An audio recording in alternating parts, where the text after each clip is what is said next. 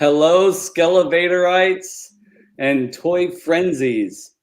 It's good to see you all. The chat is exploding tonight. We've got a great show lined up for you. Oz, Bobby, how you guys doing?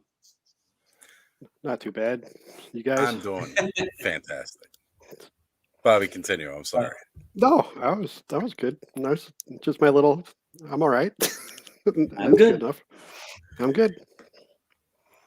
So we have a special guest tonight, but first, let's go ahead and read this amazing intro from My Buddy's Customs. Oz, do you want to read it? Sure, I can definitely get into that. And Skelly, you want to highlight it for me and put it up there so everybody can kind of read along? So it's hello, everyone. Greetings, beautiful, blushing Bobby Motu, head-ripping Skeletor, Ostradamus Toys. Skelly, run for your life from Oz Vader, and there can be only one Jesse Arnold. Don't lose your head. This week's Names is brought to you by this week's Power of Eternia podcast, hosted by Bobby, Oz, and Battle Ram Blog. For all your podcast needs, check out the Awesomeverse Podverse. For your Motu and toy collecting itch. Also brought to you by Vintage Motu Anti-Itch Relief Cream. For your Motu itch relief needs, listen to current and past episodes of Toy Frenzy and Friends. Side effects may include overbuying of Motu-related toys, obsessive Amazon and toy store refreshing for new products that need to say Motu in front of Joe Amato, and the need to say awesome instead of awesome. Get your free sample by clicking, by simply opening any Motu or toy-related package. Instant itch relief. I mean, I'm not going to come over and scratch anybody, so I'm not going to get that out of your minds. Actual itching is not included. Bud, formerly known as Gamer Bud, My Buddy's Customs, man, that's an epic introduction. Thanks so much for doing that. You should do that every week. That'd be great. Every week. Somebody, I'm gonna have to like copy. I'll copy and paste while you guys talk, and I'll turn it into a Word document. Sure. Do that, and I'll try to read it and record it, or we'll get somebody associated with the channel who maybe has a better voice than my own to do it. But wow, you got a better voice than all of us. Oh, you got that deep voice. I'm not going to bother with a Word document. I can just rewatch the show and I'll write it down. What am I thinking? Whatever. Just photos of it with your iPhone. Yeah, there you go. Just love it though. Absolutely. I read that and came into the chat a bit early and read that whole thing, and I couldn't stop laughing. It's fantastic. It's fantastic. Now, and again, guys, I'm not scratching nobody. No, Bobby's not going to scratch anybody. Scratching sold separately. Top tier Bobby Patreon. Yeah, right. For the low price of forget it. We got lots of people in the chat, folks, and the chat's been blowing up. We got Radical Toys saying hi, good to see you. Masterversal Toy Hunter Eldor, good to see you. Welcome to it. A lot of people are excited to see Jesse on the show tonight. That's cool. Toy Connections, good to see you. Nice to see you here. Ostradamus Toys, starting in 30 minutes. Good to see you, Ostradamus Toys. I don't know. I heard that guy's a real Ozhole. Oh, is that what you keep calling yourself? Yeah. Oh, that's funny. Killian Dredd, good to see you here, of course. John, figuratively speaking, great to see you. Man, there's a lot to catch up here. Masterversal Toy Hunter. We got Thanos Copter here. Great to see you. JMax77, great to see you, of course. As always, let's see. Duchess of Darkness, great to see you here. Fantastic. Nolan, man, the crew is all here. This is so awesome. great. Every week. It's fantastic. And Carol Geis, welcome to it, of course. Also, Carol Geis just became a Patreon for all of us, I think. I mean, thank you so much, Carol. I appreciate that. Support. Yeah, that's amazing. And let's see, and scooching along here, we got Ronald Embry. Good to see you. Ron, he messaged me on Instagram. He's like, I'm gonna be there. Very cool. Yeah. Payne's Toy Samples, great to see you back. Awesome. And man, I love seeing everybody talking to one another. Yep. It's so awesome. Cool. I mean, we are going to, oh yeah, that's a good idea. Hilly and Dread, have Mega J say it in Gwildor's voice. We should get Mega J to record that in Gwildor's voice. Let's do that. Let's do that. Do you think Jay will be up to it? Well, I'm sure. We'd only know by asking. Yeah. Carol says Jesse's friend Curtis could do it. Let's get Jesse in here to see if he has anything to add to that. Could Curtis do it, Jesse? Wow. Oh, you're muted there. Sorry about that. Sorry. That's all right. The voiceover, is that what we're getting Curtis to do? Yeah. Maybe. I mean, yeah. Oh, Curtis Ackerman. That's right. He's in yeah, the chat right now. Hey, Curtis, good to see you. Sorry, I was like, who's Curtis? And I always hear Curtis as Curtis Ackerman. I never hear him called Curtis. Just Curtis. It's two names, but it's one name. Yeah, Curtis Ackerman. Curtis, could you just change your name to Curtis Ackerman? We've got Van Johnson here. Good to see you. Welcome to it. Oh boy, I'm sorry for whatever he types in the chat. That's okay. That's We're used all to right. it. He said, more of what I we're going to saw show in all of the his comments, by the way. He's here for sure with Jesse. Not going to happen. And then Van Johnson said, Curtis is the man. Yes, Curtis is the man. Yeah. I'll take my shirt off. Scratch that itch, Bobby. Oh, man, you never know. So, scratch something. Scratch something. Jesse, I just want to say thanks so much for coming on tonight and talking with us right after your Mythic Minute and jumping on and being part of this with us tonight. When Bobby and Oz and I were talking about what we would do in this next episode, you know, we'd had you in mind for months now. So I'm glad you're able to get in and be a part of this tonight. Yep. I'm honored and happy to be here, and you know, getting to talk toys and collectibles and just geeking out is my jam. So yeah, I'm happy to be here. Thanks for having me. We are going to grill you tonight. Are you ready for that? Okay. Sure. Should have brought. I got the wrong hat on. What's your grilling hat look like? Just you don't want to know. Oh, okay. No, it's a bandana swap. You know. Okay. Yeah. So, Oz, I've seen you in your bandana before. Yep. Have you worn it on the show, or has that just been when we've been talking? No, I've worn it for different shows and stuff like that. It's just the time of year it is. It's the beanie. And then as we roll into summer, I'll switch it out for my summer apparel, which is the same crap, but with a bandana. Got it. Curtis said, Jesse's my better half, so I'm considering myself there as well. That's really sweet. That's sweet of him to say. Curtis, I love that he is now part of the Just Shelve It episodes. That's fantastic, Jesse. Yeah, it was great. I never thought about having a co-host because it was just me doing my thing, and then we got to talking, and now he's co-host on Shooting the Shelf. Yeah. Awesome. And someone I talk to almost daily. So yeah.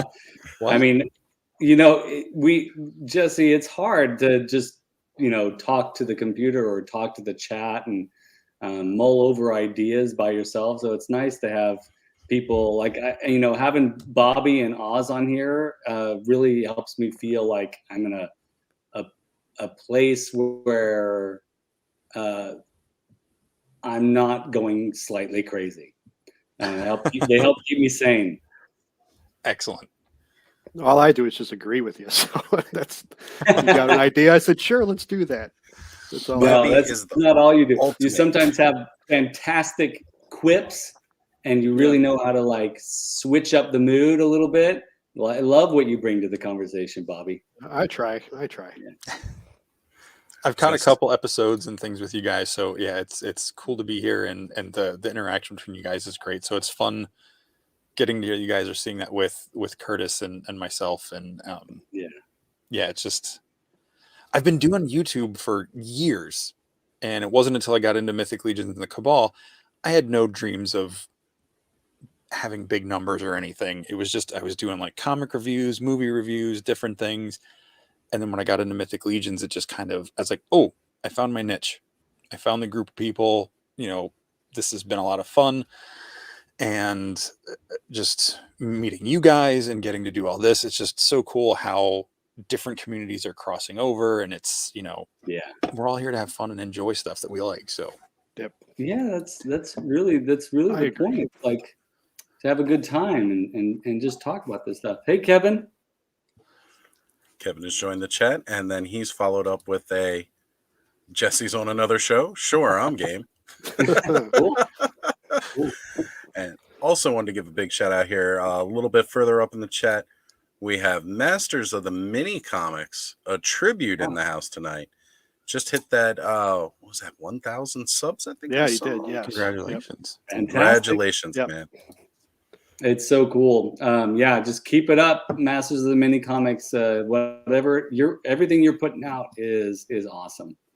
Yeah, and it gets better and better too. Yep, absolutely. And as Radical Toys says, hit that like button. That's right. Yes, the big thumbs up. I think Masters of the Mini Comics would be better if I can do a voice for him. But he definitely would. I agree. Say, and even though you were saying I'm the one that should read our ad, like this is perfect for you. You can just go ahead and give it give that full Chicagoan accent. It's going to make you want to buy everything. Yeah. So who would Bobby play? I'm starting to think about that. If Bobby was on a Masters of the Mini Comics episode or multiple episodes, what character do you think he would play? Pretty like one of those rock creatures or mud people or something, It'd be Modulok, awesome. Just so he could laugh at Joe. Oh yeah, that'd be great. Yeah, you should do Modulok for sure. As you though, like as me, your voice. Hey, this and that, You have a great voice, man. I don't think so, but I appreciate that. Nobody likes their own voice. Nobody. That is true. That is true. Oh, here we go. I may have a mutant or henchman available soon, Bobby. Yeah, see, I told you. I don't get one of the good characters. I get the background guys. I'm good with that. I could do Man at Arms. Oh, I would love to do Man at Arms. Do you have Trapjaw free? I bet you'd prefer that. No, I wouldn't mind doing Man at Arms. He's my favorite hero, so there you go. Man at Arms. Can do a decent Gollum. Yeah, it doesn't really play into this, but there we go. Let's throw in a Gollum for sure. What the hell is that? You have a nice voice and kind eyes, Bobby. My kind eyes. Fantastic. Here I'm scratching people. I got kind eyes. What the hell's going on today? Oh no. Bobby could be Flutterina. I don't think I have a female's voice. We'll see. Yeah, Curtis, we're not fancy enough for super chats yet. We're getting there. We're getting there. We're growing slowly but surely, taking our time. I mean, just the fact that we get seeing the same people coming in each and every week, hanging out with us, chatting it up. We've been talking about Motu for the majority of the. God, when did we start the show, Skelly? Right around San Diego Comic-Con, like years ago, I think. That's the way it feels now, almost. I think it was a couple weeks before I started Collectors. You guys had the first episode. Oh, that's true. It was like in July. It was like the end of July. Yeah. So, I mean, like, just having watched it grown from there, seeing the same people each and every week coming in, and again, having great guests such as, this side, Jesse, and, I mean, the show's been an amazing thing to do. So we may not be fancy enough for super chats, but that's not what it's all about. It ain't about the super chats. It's about getting to connect with you guys more and being here and talking about something that we're all passionate about. Yeah. All that stuff's just extra. And when we get there, we get there. But right now, we're just enjoying where we're at. And we'll still read everybody's chat anyway. Curtis loves doing super chats. So if he's got the option, he's going to do it.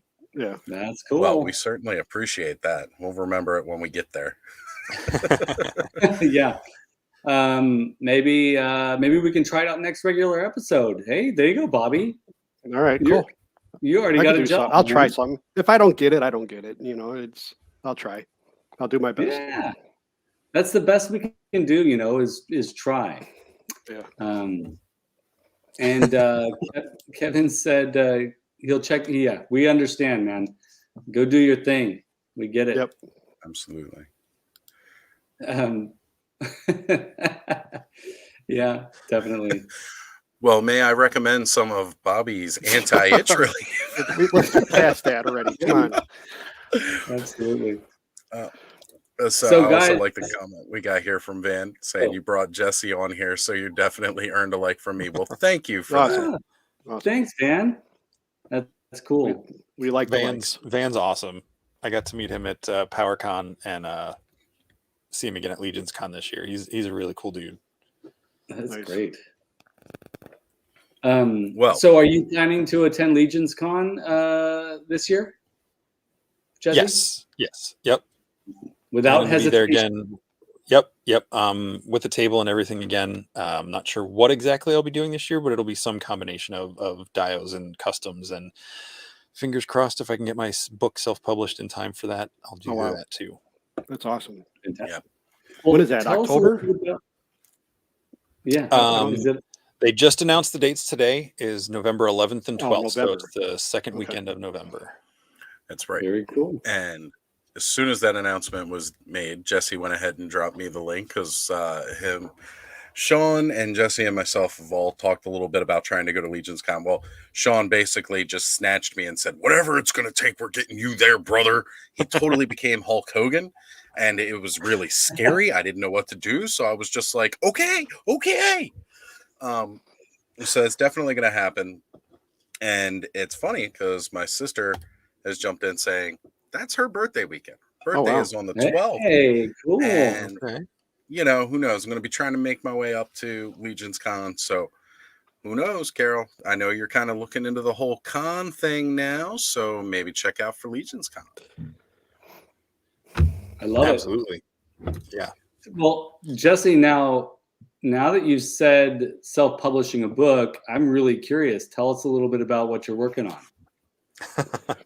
So the real quick pitch of it is it's a blacksmith is tasked to make a sword for a wedding ceremony in his kingdom. So it's kind of a comedy, but kind of set in like kind of that stereotypical fantasy world. You know, I called it the Realm of Battlesmith as a playoff of World of Warcraft. So it's a fantasy world, and there's this blacksmith tasked to make a sword for the king for this wedding. His son's going to marry this princess from another kingdom. He's working on this beautiful sword, and as he's finishing it, this demon appears to put a curse on it, but he's exhaling his pipeweed smoke as the demon materializes. So the demon becomes instantly addicted to pipeweed. So that's all the demon wants to do is just smoke his pipe and get high. That's awesome. So he puts the wrong curse on the sword. So when they draw the sword at the ceremony, the wedding ceremony, in front of everybody from these two kingdoms, have any of you watched Game of Thrones? Yes. Yeah. Okay, you've heard of the Red Wedding episode? Yep. This is the brownish green wedding. Oh no. Everybody is projectile vomiting all over the cathedral. Wow. So the demon and the blacksmith have to go on the run. They're after them. They meet this woman in the woods, like as they're running away, and they just go on this journey together. And the demon just wants to smoke pipe all the time, and you know, it's just a fun, crazy adventure. Yeah, it's like a Cheech and Chong movie. Yeah, medieval times. That's exactly what I was thinking too. I was just thinking that exactly. I'm completely on board with this. That's fantastic. Yeah. So it's written but I wrote it a couple of years ago. I started writing it as like weekly blogcast posts. And I came up with the idea with friends back in college, go figure, given the subject matter. We were just hanging out. I was not smoking, but my friends were, and we were just talking about stuff, and this crazy idea about this demon, and the sword is cursed. It's the singing sword. So it's the whole play on the singing sword, but it sings horrible show tunes. That's why everybody throws up. Yeah, I can see why people. I'm enjoying this more and more. Yeah, right. And you know, so the story's over 20 years old, but I finally wrote it a couple of years ago as like weekly blog posts where it was about a page to 2 pages of content. They were each like chapters. So I'm trying to expand them into full chapters. And it was just a lot of fun. It was a way to keep, and I had a coworker at the time who was reading them. I was posting them on my blog and she was reading them every week and keeping up with me. So, yeah, that's where I'm at with that. So it's written, just needs edited and formatted into book form. I love it. I love it. I've always tried to do that myself, and I just never get past chapter 2 on my books that I write. And I got like 5 books started, but they're all like chapter 2, and that's it. Oh yeah, I have. I don't know how many stories I've started. I've been working on a fantasy epic that's like a 5-book series with possible spin-offs and everything since I was in 9th grade, 10th grade. Yeah. But yeah, it's a lot of fun. This was supposed to be a fun story, but I love these characters so much that I don't like this story is the end of this story, but some of the characters are going to continue on in other forms. So, well, awesome. Listen. Oh, here we go. Bobby, you just said you have numerous books that have gone up to chapter 2. I think that's a brilliant concept for a book, by the way. Yeah, right. I can't get past. Yeah, you could call it chapter 2. It'd be a series of first and second chapters back to back. That's fantastic. I would totally read that. Not what I write though. You wouldn't. I don't know. I got dark horror stuff. So. Are you kidding me? I would love to read that. I mean, it's like you get to that point, you're like, well, what's next? Oh, here's the second book. You know? Yes, that's perfect. That is perfect. Take all of your collected chapter 1s, right? Yeah. Make it an anthology series. Call the first book chapter 1. Oh, there you go. And then whenever you get around to writing book 2, it'll be called chapter 2. You just got to remember to continue the stories from the first book. Yeah, right. You write a whole new series of anthologies, chapter 1, and you just call the second book chapter 1, volume 2. Yeah, right. Yes. Either way, it'd be fantastic. I'm all in for the idea. I'd read that. Yeah, me too, man. For sure. And leave like a blank page in the back after each chapter for people to like, write their own suggestion for the rest of the story. Brilliant. That's your idea, so you could have that. I wouldn't take that. So I don't take people's ideas. Wanted to say, hey, Mr. Home Arcade, joining into the chat. Good to see you here. Thank you. Another amazing YouTube channel. This is cool. Now, what I love about the folks that chime into our chat on a regular basis is they're all doing their own thing on YouTube or on Instagram, and they're all creators here, and that's I love that about our extended family here through the Frenzy. Yeah, it's So Jesse was kind enough to send me a bunch of images. All right. To talk about. I really want to talk about the stuff. They're all clean, right? Oh yeah, they're all clean. Okay. Well, that's no fun. No. Speaking of which, I'm very disappointing that way. I was going to say, well, we can talk about this. We're going to talk about the cleanliness in a different way. The cleanliness of his workspace is like, because I do diorama building too. And I was really sort of in shock. We're going to look at these images in a little bit, but in a different kind of way, these images are very clean. Yeah. This is what it's all about right here. Yeah. See, that's perfect, Curtis. Yes, awesome. that is what it's all about. What we normally do at the beginning of each episode, Jesse, as you might know, is that we talk about if we picked up anything this week. And you're more than welcome to be part of this conversation too. But I know that we're all collectors at heart. We may have gotten a little something this week. And if not, it's cool. If so, then let's share. Who wants to go first? I didn't physically get anything this week. Well, I bought something, but I didn't get it. Yeah, I didn't get anything because I got the Frogmonger. Yes, yeah, that's true. That's me too. Yep. So, yeah. Oz got you all keep talking. Go ahead, Oz. You sure? Okay. Yeah, go. Oh, by the way, no, I'm just kidding. It's made him turn. He's I don't know what I did with him now because I was playing with him earlier. We all know how I love critters, and after figuratively speaking's last 2 episodes about the masters of the WWE universe, as you know, whenever we try to find something at a decent price or what we deem as a reasonable price, we certainly try to reach out to one another and let them know, hey, you're looking for this. I found it. This is the price. Because, it helps everybody out, helps you get what you need, even if you missed it the first time around. So he had messaged me because I was talking about how jealous I was of his, Ricky the Dragon Steamboat figure, because we know I love those critters. And he comes with the dragon from Dragon Blaster Skeletor. So he showed up this week. As you can see, I couldn't wait till today to open it up. The packaging is not in the best condition, which is probably one of the reasons why it was so cheap. But I'm an opener, so it doesn't bother me when the packaging is messed up. And even though it's a little torn and a little crinkled, I know another awesome channel, Toy Polloy, who teaches me how to fix cardboard of all things. Yes. And I'm going to package it up a little bit nicer before I add his page to the scrapbook. But I got my Ricky the Dragon Steamboat, and I got his dragon around here somewhere. And of course, I showed it off a little bit at Legion's class this past weekend. For those that tuned in, may have seen this guy. However, for those of you who didn't watch, first off, you need to go back to Ostradamus Toys Live and watch this past weekend's Legion's class. Give it a like, share it with your friends. Nothing. Let us know.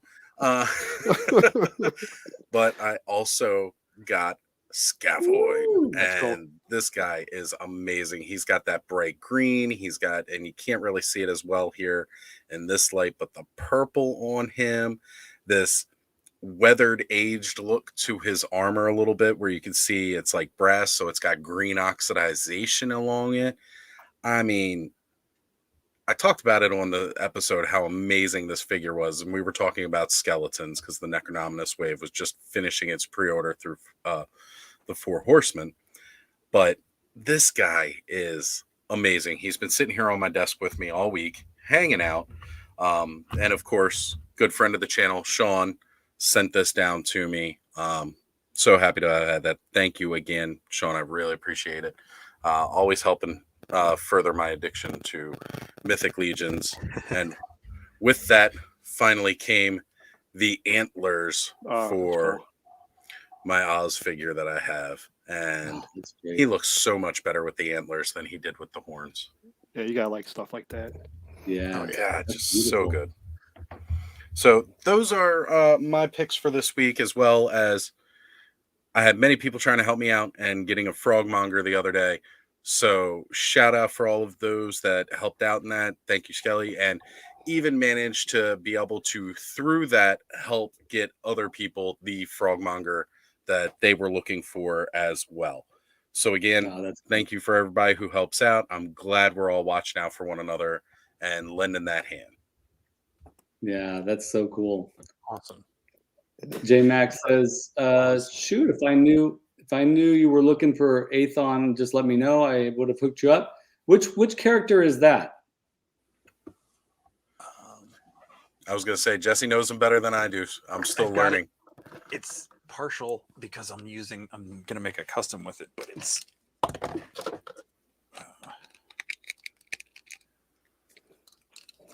Oh, Oh, cool. It is the first horseman that was announced. Aerthir, the god of war. He's got a Stridor helmet on him because that's going to be the custom. I was just going to say. But yeah, he is the red and yellow, like fiery steed demon. He was, I think, the second. He and Balius came out at the same time. Balius is the brown horse, and his color, he's like a bright, fiery red and yellow. Love it. It's demon so horse. Gorgeous. That's cool. So Jesse, oops, sorry. Oh no. So I didn't Jesse, secure the pop. Oh or yeah. the swap.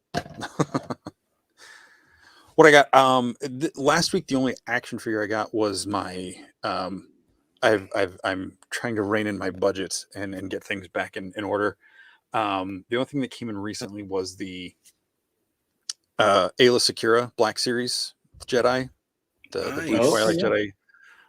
I'm pretty much done with Black Series except for Jedi and Ewoks at this point. So I'll get those as they come out. But she came in last week. She's on the other side of the apartment, so I'm not going to go get her. But this week I did get 2 custom heads from Von Box, Brian Burke, who is a sculptor and customizer in the Cabal. Oh wow. One of these, I think that I can't tell which hand is which. This one is, I believe, the Emil Wickman does the Von Box with him. So right now they're doing different hero characters from the factions in their story, which are usually kind of like vampire based and stuff. So these are 2 heads that came from Von Box this week. Very nice. That's awesome. And the cool thing about him is he does those. So he has stuff you can get from the Von Burke Studios page. You can order from the store, but the ones in these boxes, I believe, are exclusive to the box. That you can only get them if you do the subscription. So I did 2 months of it, and got a couple other ones from the first month of it. So very cool. So we'll run through here and just highlight some of the chats. Radical Toys mentioning that Frogmonger is going to be fun. When anyone gets an email shipping notice, so we know that's true. Send out the alerts. Did you, Skelly, you were buying it. Did you have an issue getting in when you were purchasing Frogmonger? No, mine took like issue 5 minutes. In. I had like 5 minutes to wait, and I thought I was not going to get it. Oh, really? Yeah, I was able to get one, but I never had that issue where I had to sit in line for like that long before. I was kind of worried. Yeah, it I had it thought for a little bit, but I didn't really have to wait longer than 10 seconds after I clicked order. Because it calculated, it always tells you your wait time, and it's like all of a sudden I go and it's like ready to purchase. Then it says 3 minutes. I'm like, okay. Then went up to 4 minutes. Then it went up to 5. I'm like, what the hell? And I didn't understand that. It's nerve-wracking, right? I mean, It is just a toy, but it's a deep cut. It's a super cool figure. It's weird. It's we discussed that last time. That was one of the ones we wanted to get. Out of the. I'll probably skip that He Skeletor, but I wanted that Frogmonger. I think I'm with you on that. I might be skipping the He Skeletor too.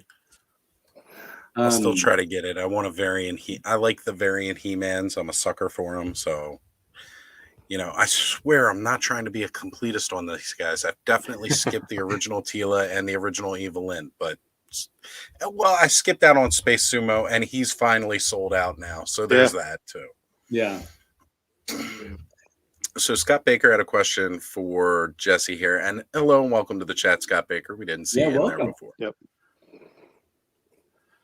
Scott, on the side of the box, it said something like the heroes. I forget what it's called right now, but it's like the heroes of the. I don't remember what it's called. I'm sorry, and I lost the little slip that came with it.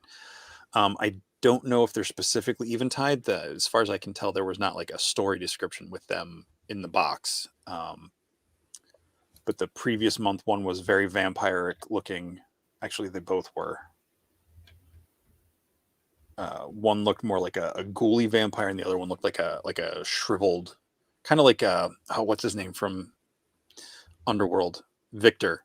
The first one, when they wake him up and he's kind of shriveled and he's got all the tubes hooked up to him, looks like that, but with like a bone helmet of some sort of skull helmet. So God, that's crazy. They'll I be fun. love it. Ties right in with what we're working on tonight when you were talking about making stuff, because I mean, this is what somebody made. That's so This cool. isn't a big toy company making these. This is somebody with a 3D printer, I'm assuming.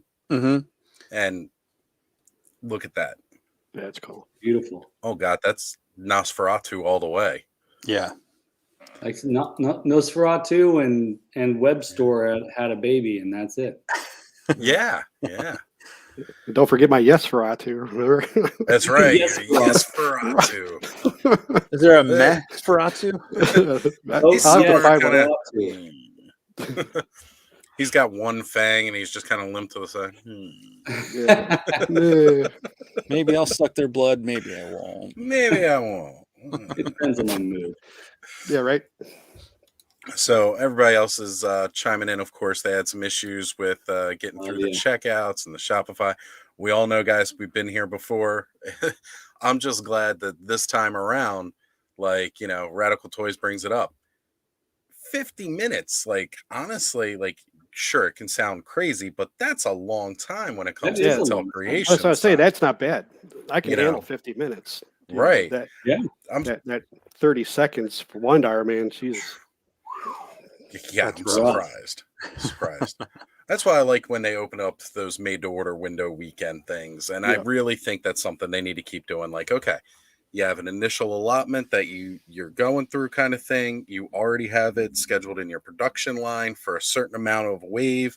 You do pre-orders on that, and then open up a made-to-order window a little bit later on, and set it somewhere down the line in your production line. Because again, they've got their production line planned out. So it's really hard to incorporate that. But it can be done because, well, there's a whole rumor mill going around. I'm tired of talking about that. I did 3 shows about it last week and I'm not doing another one. So, I don't know what you're talking about, so you got to tell me. Oh, you know what? Well, go watch Mega J's channel. I can't be. I don't know how to find it. I'm an old man. I'll send you on the the link. internet. What's the Internet? I'm gonna take the link. I'm gonna turn that some up sideways, shine it up real nice for you, and I'm gonna shove it straight up your Rudy Poo candy. Whoa! I won't say the word. That's okay. I don't need anybody else saying anything weird. So yeah, it's really cool. It definitely lasted that long. Thank you for bringing that up, because I think that was great. It was really, really great. And then talking about shared parts here from Frogmonger and Modular. Yep. But let's get back on track. Is with it the really? making stuff. I never paid attention. Yeah, It's part you of haven't seen Modular that? stuff. I was Yeah. I was always assuming it was what's his face, Tongue Tongue Lasher. Lasher? Yeah, because originally it was looking like that, but these final images they showed where you could really see his chest, it's not Tongue Lasher's chest at all. Like some of the other Nope. parts that he shares are. Yeah. But not that chest. That chest was definitely kind of a giveaway of the pipeline. So that's really, really awesome. That's amazing. I don't even know what the hell I'm buying anymore. I just buy it. Hey, Yeah. you know, go for it. You know, Well, that it's a also green frog. I need it. You know. it It's a also allows frog. you an opportunity to like discover those things later on once you get it in your hands too, and that's Probably not, because I open it, I look at it, I put it back in the box, and I put it away. oh That's all I do. no. I don't even enjoy it. He's not even sure it's still in that box. It's Schrodinger's toy. Yeah, right. Yeah, yeah. Oh, jeez. So I if you saw my video I posted this morning, I got these 2 guys, or one lady and one guy in the mail, and I have to tell you, I'm not going to talk too long about it, but I know we all like swords here. This Skeletor sword is phenomenal. Ooh, I mean, that's nice. this thing, it's almost worth getting the figure just for this. The detail, Well, you just sold me details are on it. great. You can't see it, but the handle it's like textured. I know there's appropriate terms for this, but there's a skull here. This thing is the term. This thing is amazing. But I mean these figures, I mean, it's interesting to have seen the Masterverse line go from the Revelation figures that were kind of so. I mean, the He-Man especially, to being such like, these figures are just, the detail work on these figures it's just amazing. Yeah, I mean, I agree. Incredible. I mean, you all know I'm tapering down my collection, so to do that to slow down collecting and get these in the collection, I couldn't be happier. These things are awesome. Yeah, I'm doing the same. I actually walked into Target the other day and I saw the Too Bad and I just put it down. I was not interested at one bit. Oh, I'm telling you, that Too Bad's amazing, dude. I know. I picked it up. I'm like, all right, I saw it and it's in my hand. That's good enough. You guys gotta let me know. Well, you need one? Yeah. Oh, I didn't know. I apologize. Oh, I didn't know that stores either. are still We dry had like out 4 here. of them over there. All right, oh my well, God, the stores are so dry out here still. I got 20 of them within distance. I've hit just about all of them in the past 2 weeks, and not a single one has the new refresh of any of the figures. Well, that was the only thing they had. Oh, There. They man. had the Too Bad, and then they had Jitsus. So, that was it. well, I Did need you? Jitsu too, because I got need you- both get new outta here. Eternias. Yeah. No, I'm talking the Origins Jitsu. That's Oh, been yeah, around no, I forever. don't need yeah. that Jitsu. I've got him. I could have like 30 of him. Yeah, You know, he's all I've seen on the shelf since last January. yeah. But, yeah. you know, definitely the Too Bad, though. I mean, I apologize. I didn't know you were looking for it still. okay, I'll start sending you guys the lists. Yeah. Brick's also in California, and he says they're abundant here. They are. So yeah, Oz, when I go out shopping this weekend for groceries and stuff, and I see one, I'll pick one up for you. I'll let you know, unless somebody gets to you first. But I'll let Absolutely. you know. I have to start making that a segment of my weekly show. Is just, what does Oz still need? Let me know. Yeah, put a scroll across the screen. There we go. Oh my god! You know what? Since you mentioned it, Skelly, you can man the chat for a little bit. I gotta edit something. Oh, yeah. Still editing? I'm gonna do some live editing. Go ahead, guys. Talk amongst yourselves. I saw someone in Alright. the chat ask if the heads that I showed work on Origins. I don't have any. I have 4 Origins, 5. I have Battle Cat that I opened, but I have 4 Origins. They're like for the retro look. But here is one of the heads on a Masterverse. Oh, cool. King Grayskull, just so you can see the scale. Oh wow! Does it snap on easily, or is it sort of sitting on there? It's got sticky tack. Oh, okay. On it. I was making this into some other custom, but it was the first thing I could reach. So it's just it's just most of the custom heads you have to put a little sticky tack or something. I know some guys are working on different pegs that will snap into place, but because 3D printed parts are so brittle, you know, that snap feature doesn't really work. Right. Great. Yeah, that's cool. That's true with the plastic used in those 3D printers for sure. Let's see. Frogmonger's hands might share in with Tongue Lasher. I think they look a little bit like that. Perhaps that's true. They got the knobby fingers. There you go, Thanos. I know, I'm with you, Thanos. Like that figure is amazing. Oh, Bobby's gone now. I'm stoked that what you did, Thanos. That Bobby has the wherewithal to be like, nah, it's good. I'm good. I don't need to get it. But that is a great figure. Agree. Yeah, I've definitely had that since like the new year. You guys still hear me? Store. Yeah, we can hear you. We can. What the hell happened there? Because my whole everything. I don't know. We think that it was the comment from Did that happen to you Thanos. too? No, Can we're you hear us? still live. We're doing good. Can you hear us? There you are. You're back. There it is. That was weird. Like everything just started spinning, and then I thought everybody started freezing up. That happens to me sometimes on StreamYard. Does it? Yeah. Oh wow. So it's Jesse's fault. He infected your computer. No, I'm hooked up with I'm directly wired into the Wi-Fi now, so that's not. Yeah, I'm hardwired into my router as well. I got to start doing that because I watch these shows and I see myself breaking up. I got to start hard. I feel like I'm close enough to the Wi-Fi. It should work, but nothing's better than being hardwired in, I guess. Yeah. You always got to be plugged in. I don't know Always what gotta I be do to plugged in. have. I don't know what that you guys were talking. What is that? What is Thanos saying? Is that because I didn't get the too bad? Yeah, it's Yeah, about the yeah. two. He Okay. was just Okay. Let's see here. Oh yeah, so you're back on it. Thank you, Oz. yeah, yeah. If you disrespect too bad, the internet gods take you out. I They guess did not so. appreciate that. You don't like Sorry. too bad? Well, too bad. I loved Yeah. too Oh, bad. no yeah, internet for you. too bad. That's what I say. Um, No, man. so there's a lot of comments here. I know what I would love to do is start looking at what Jesse's spent. I mean, how of the Yes. all the images that you sent, Jesse? When did you start? When did you start building the stuff in the images that you sent me? all the stuff I sent you, I did last year. That's amazing. Let's jump in. So I wanted to start with this one because you get to see the scale of everything that we're looking at here.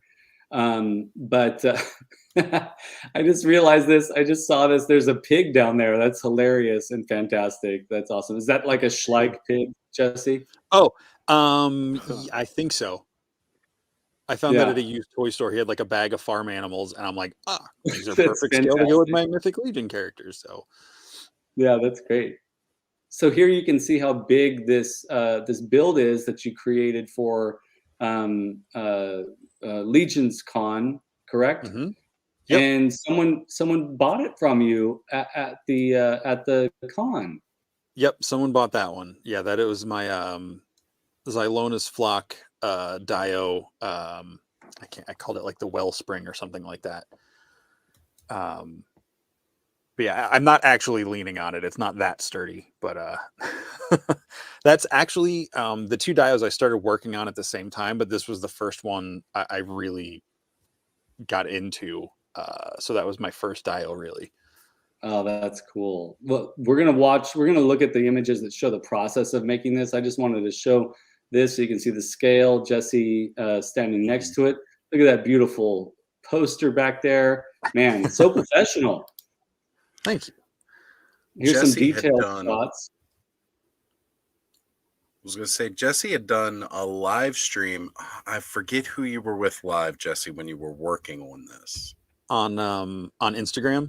Yes, it was one of the Instagram lives where it was one of these really cool moments where I was just like, hanging around. And then I looked and I saw Jesse was going live with somebody on IG. And I was like, well, let me see what he's up to. And I go ahead and I jump onto his IG. And here he is. And again, I forget who it was that was also customizing too. They were painting guns. That was my buddy Tyler, Failed Tyler. Imagineers. Yeah, he's a big Star Wars customizer. That's it. Thank you. Because I love his name, by the way. And that's why I feel terrible that I can't remember it. But yeah, he was painting some guns at the time, and Jesse was just going to town on this thing right before Legion's Con. And I was like, that is incredible. And Skelly, it reminded me of your Snake Mountain project. Yeah. I liked seeing all these detail photos so we could get a close look at the detail work here. But Jesse's, as we'll see in the pictures later on, Jesse's using insulation foam for a lot of this. And I used insulation foam for a lot of Gray Skull and Snake Mountain and Fright Zone as well. So we'll talk a little bit about the process. How did you create the water coming out of there, Jesse? So the water coming out of the rock is just hot glue. I just put down a sheet of what do we got? I work in a custom picture framing shop, so we have this paper. I forget what it's called, but it's used to put stuff in the press, the hot press that vacuum seals down to like activate the glue on the boards. But so basically, the glue won't adhere to that. It's almost like an onion paper type thing, but it's more professional. I can't remember what it's called. Release paper, maybe? I don't remember. Anyway, I just did a couple strips of glue on that and kind of bent it into place, glued it back in the little nook there. And then once that was solid, I waited a few minutes and then put some dabs of glue on the bottom where it connected into the pool at the bottom. The pool at the bottom is a type of like clear silicone, not caulking, but a type of polymer mixed with alcohol, like 90-something% alcohol. And it didn't mix well. That's why it kind of looks bubbly, but the effect turned out nice. So right. Payne's Toy said dry mount. That is, I think, what it is you're talking about, right? The glue is activated with the heat. With heat. Yep. Yeah. Dry mount. That's it. Yeah, but there's like that plastic or that kind of paper that sits on top of it. That's what we used. We save the roll. We roll that stuff up and save it. So that's what I used. Very cool. I thought perhaps the water in the pool was resin, but no, you used that silicone alcohol mixture. That's cool.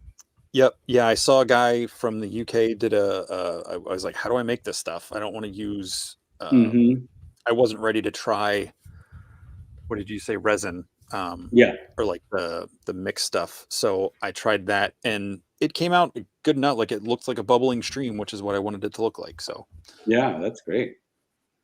I love these detail shots. And did you go ahead and use like diorama moss and grasses from like the hobby store for this stuff? So like Hobby Lobby, Michael's, you know, some of on the other one you'll see I mix actually just sawdust from the workshop in with the stuff because the ground texture didn't quite come out the way I liked.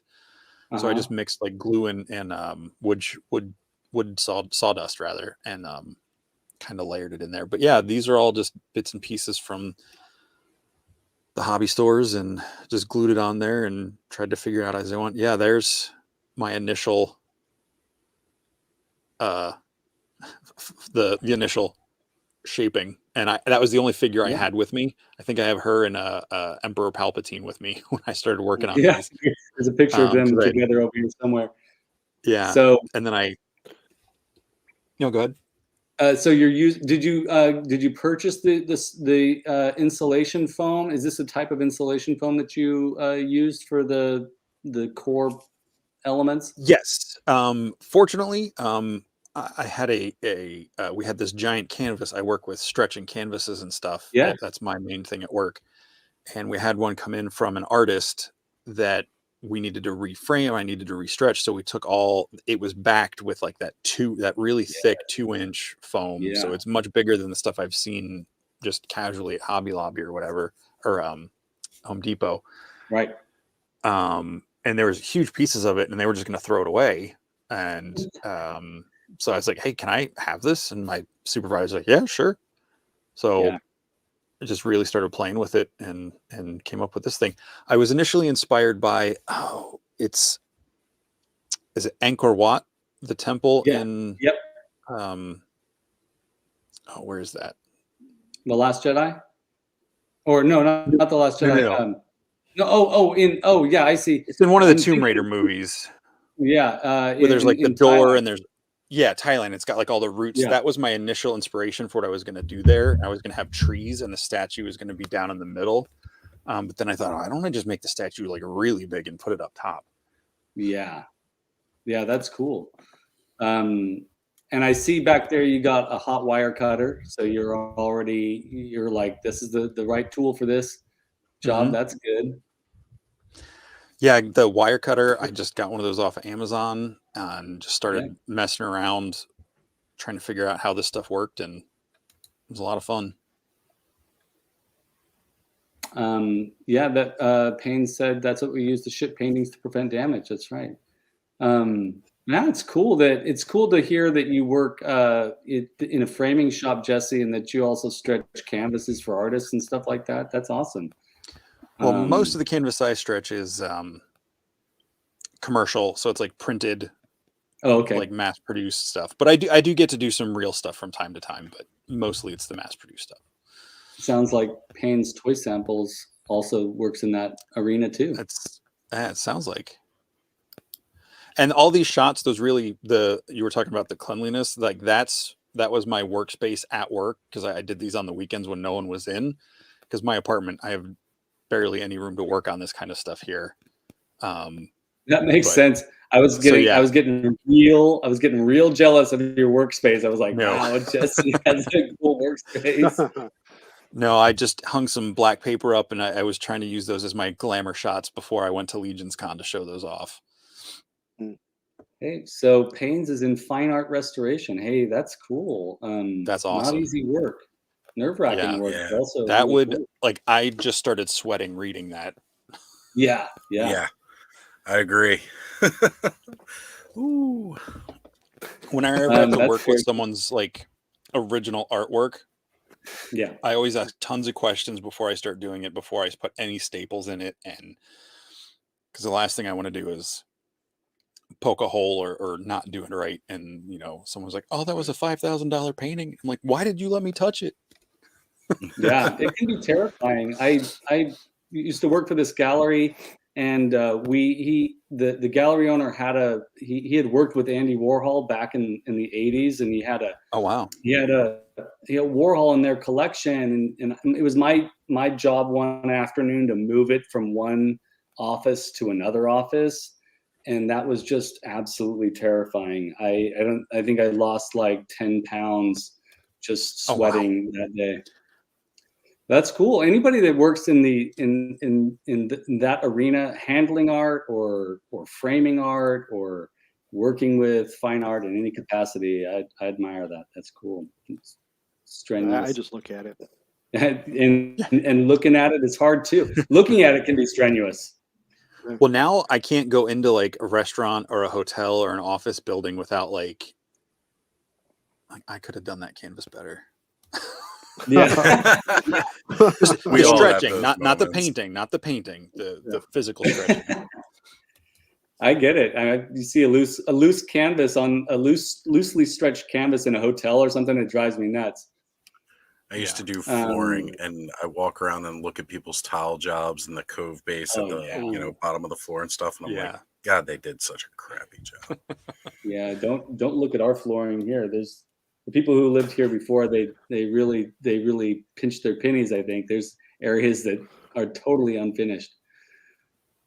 I love that you were already putting your figures in there while you were working on these. That's so cool. Yeah, the Spinneret and Emperor Palpatine happened to have with me the day I started those pictures. The other pictures where there's more Mythic Legions with me, I specifically took like a box of stuff in of different sizes to kind of see how they would fit and how big I need to make like what they call that, a dolem or whatever in the back, the stone plinth. Stonehenge looking thing. Because I wanted to have one of the ogres, the 9-inch tall figures, be able to fit under there. So I'm not gonna lie, I prefer to think of the idea that Jesse just walks around with all these figures in his pockets. That's the kind of life I need to live. I mean, I do wear cargo shorts pretty much year round, so I mean, there you go. I won't fight you on that one. There you go. I didn't notice that you had a smaller version of the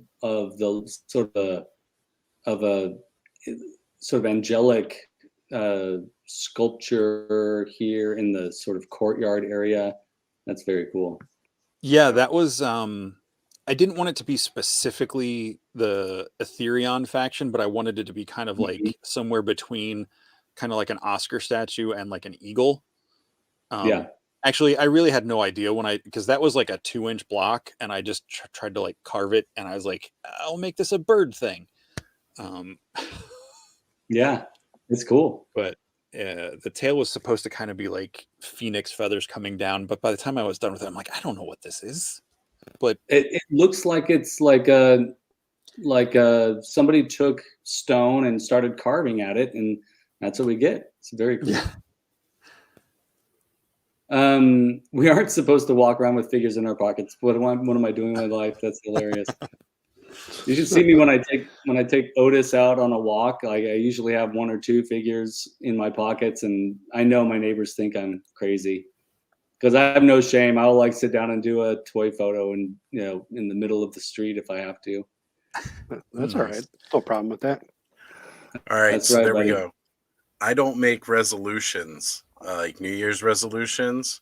Me However, I think this year I'm going to start living my life where I'm walking around with my toys hanging out my pockets. Just saying. Yeah. Like, that's the You life gotta I'm do it, going to man. live this year. I'm doing me for 2023. There you That's go. right. There you go. Join the revolution. Carry your toys with you everywhere. Everywhere.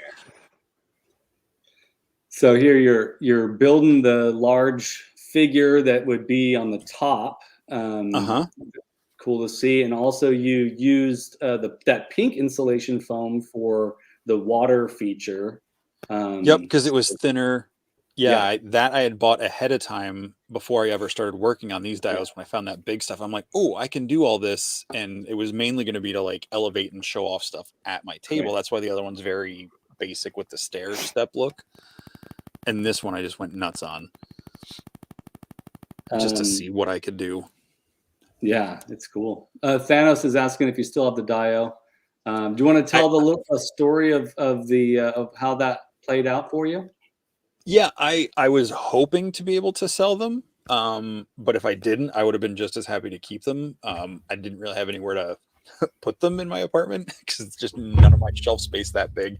Because they were 2.5 feet deep by 3 feet wide, because they were going to be half the size of my table and one out each day.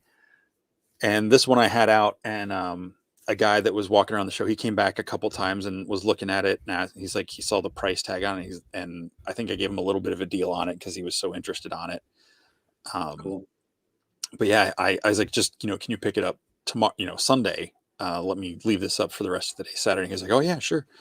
So then he paid for it and picked it up Sunday and took it home. It's somewhere in Ohio now, I think. That's cool. It's on somebody's cool. Somebody's shelf. Yeah. Do you ever request pictures of it, making sure that it's in a good home? Like, sending a social worker out to make sure that he's taking care of it? Yeah, no, totally. I mean, there was a part of me that like kind of didn't want to, just because it was the first, I'm like, no, I can't be like that. If I'm going to sell it, I need to sell it and not let myself get attached. I can always take what I've learned from this one and improve and do something different next time. But he sent pictures. He posted like the week or so after Legion's Con. He shared pictures with all his figures on it. So yeah, very cool. That's great. I'm glad to hear that, because with something like this, I know Skelly's still in talk with Pedro quite a bit, and has even been able to request those back to show off at his gallery. Oh wow. So it's really neat to be able to see your creations go somewhere where they're appreciated, and yet still get that chance to revisit it and look at it and see it reach that potential that, like maybe if you still had it, it might just be sitting somewhere collecting some dust. Yeah. Pedro sent this to me today. This is a picture of the Fright Zone with his figures on there. Oh, wow. I love that. That's awesome. That is awesome. Fantastic. It's kind of like, it's good to build a relationship with the people that own your stuff so that you can kind of check in on it every once in a while. Just like Oz said, Yeah. it's nice to see it living its own life in another place too. Absolutely.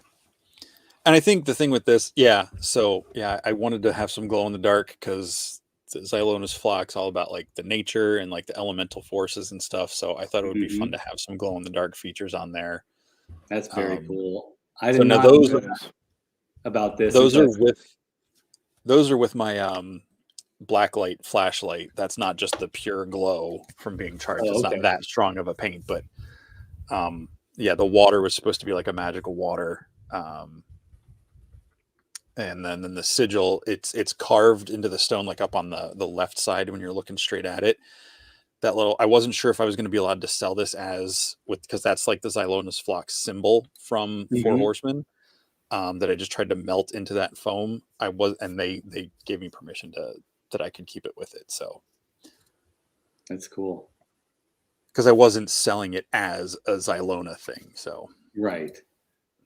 It's still, if those kind of concerns are good, like to worry, like, well, if I'm selling something that the image was created by somebody else, it's good to be worried about that. But also in art, you know, the art is always repeating what came before, and when it comes to making stuff that reflects the, you know, the a particular IP or whatever it might be, or you're making a painting that looks like a Warhol or whatever, it's like still you're honoring that thing. It only gets complicated when you start making like 1,000 t-shirts of it and you're using their Right. image. Yeah. Right. And plus, because this was going to be at the con that was like based off of their Yeah, toys. And they're there and they're so interactive with their fans and the community and everything. I didn't want to, you know, go the wrong way with it and upset anybody. So it was cool that they were so gracious with it. Yeah. Because the deer up that top part is magnetically attached to, I'm pointing at it like you can see what I'm pointing at. That the whole statue part, the head and the antlers come off in separate pieces. The body was magnetic to the base, and that little sigil part that was glowing in the dark was magnetic. So if I couldn't use the Xylona stuff, I could take all of those off and just sell the thing. So I tried to make it look like it would work with or without that statue on it. That's smart. That's smart.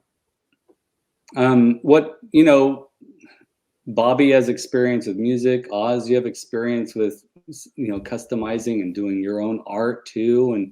And we all start off with like an inkling to do something.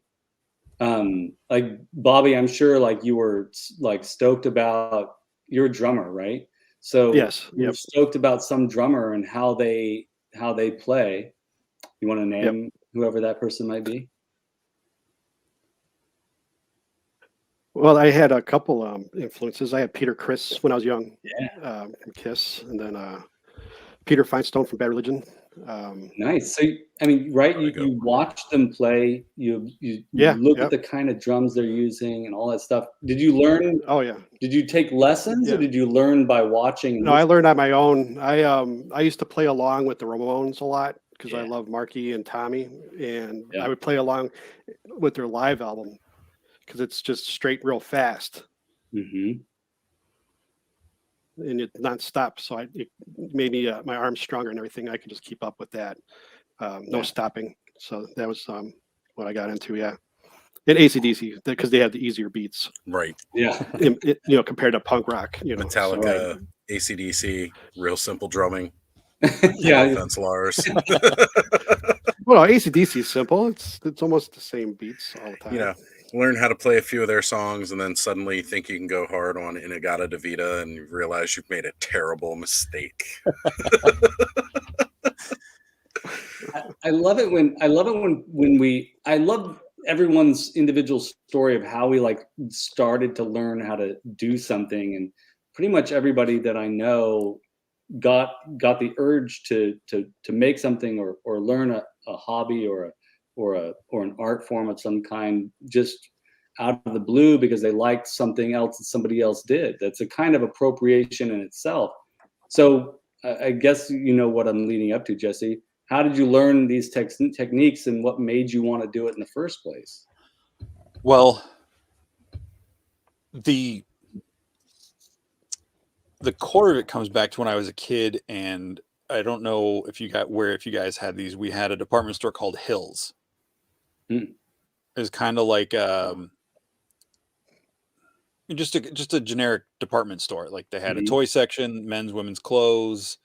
They didn't really have food or anything, I don't think. They might have had some snacks, but it wasn't like a Walmart. But it was just generic, like Ames. I don't know if Ames is one you guys are familiar with, but it was just a generic. Not generic, but it was a department store, and my mom would go there, and you know they have video games. They have like the tables with like the Atari cartridges up front, where it was just the cartridge. It wasn't in the box anymore, but they were like super cheap. And the toy section was in the far back corner, and you know, being a kid in the early '80s, you know, kids being alone in a store wasn't as weird as it is now. So my mom would go look at the clothes or whatever she was shopping for, and I would just go off to the toy section, and I would spend, you know, however long she was in the store in the toy section, and I'd look around, and then I'd find one thing, focus on it, and make sure I was standing in front of that one thing when she came by, and hopefully I would get it. Sometimes it worked, sometimes it didn't. But on the end cap, they would have like this plastic sheet over like a 2-foot section, and they would have all the figures and playset from a line, like a wave out on display in a diorama type setting. So I remember very clearly the Endor playset from Return of the Jedi. Yeah. You had the Ewok Village, you had the ATST Walker, the Biker Scout, all this stuff. And they were all in like a scene. You know, they had like a little bit of grass or some twigs or something in there. Someone like took time to like dress this end cap, and then you'd have all the boxes, and then the figures were around the side and the aisle and everything. And that was a huge thing for me. So when I played as a kid, I never just like got the stuff out and just started playing. I had to make the story and set up, and I'd put boxes and different things, or I'd take styrofoam from like the TV or whatever someone had gotten. And, you know, I'd draw computer screens and stuff on it. So that's where it all started. But with this stuff, what really got me was I started messing around with some stuff in the beginning of the year before I started customizing figures. And I was like, I don't have the right tools for this. I don't know what I'm doing. And I just kind of set it aside. So technically, this is my second and third dio. I have the first one in here, but I haven't finished it yet. It's like a little guard tower with a little shack. But I saw the thing that really got me was when I went to PowerCon. I went with Brian Almeida and Greg from the Horseman Studio. We all rode out together, and I saw Brian's massive castle diorama that he had at PowerCon. And I was like, I'm never going to make that, but I want to try to run down that lane and see what I can do. And I really enjoy making dios. So that's kind of where it started. I would catch a couple videos here and there to learn a couple techniques, but most of it was just, for me, I'm a trial and error guy. And then if I can't figure it out, I'll go look up tutorials and learn from other people. Yeah. That's cool. That would be as if you were, it'd be like if Bobby, if you were a trial and error drummer, you'd start off with Neil Peart, just like figuratively speaking said, start off with Neil Peart from Rush and be like, fuck that. I'm not gonna, that's a little too complicated. Let me get back to the Ramones.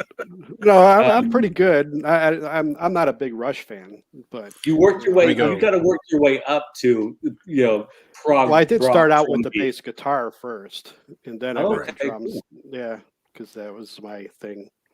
Yeah, I like to bang things instead of play. I can't get my fingers to move fast enough to play. Oh man, I started off with bass. I started off with bass too, and it was Floyd. It was Floyd from the Muppets that got me into. Oh, awesome! Bass. Yeah, I love the He's great. Dr. Teeth's my favorite, man. I love that character. One of the greatest rock bands of all time. Yep. And Brick Something, absolutely. Gemco, absolutely. I have fond memories of Gemco. Well, see, it's funny. Jesse brings up Ames. We're both from the East Coast, and I have fond memories of Ames, where to the point of Ames is no longer around. They went out of business, and like 2 weeks before they closed their doors and locked their doors, I managed to pick up a band from Ames. Because even though I was in my 20s, running around having a lightsaber fight throughout Ames, because you know that's just what you do. You know, 20-something, and you're going around playing at the clearance toys with the crappy lightsabers. And 3 of your buddies are there too, so we're all just battling all throughout the store. And they're like, "You guys get out of here!" And they put our names on a ban list. We get trespassed. They're closing their doors in 2 weeks. I don't think we're worried about coming back.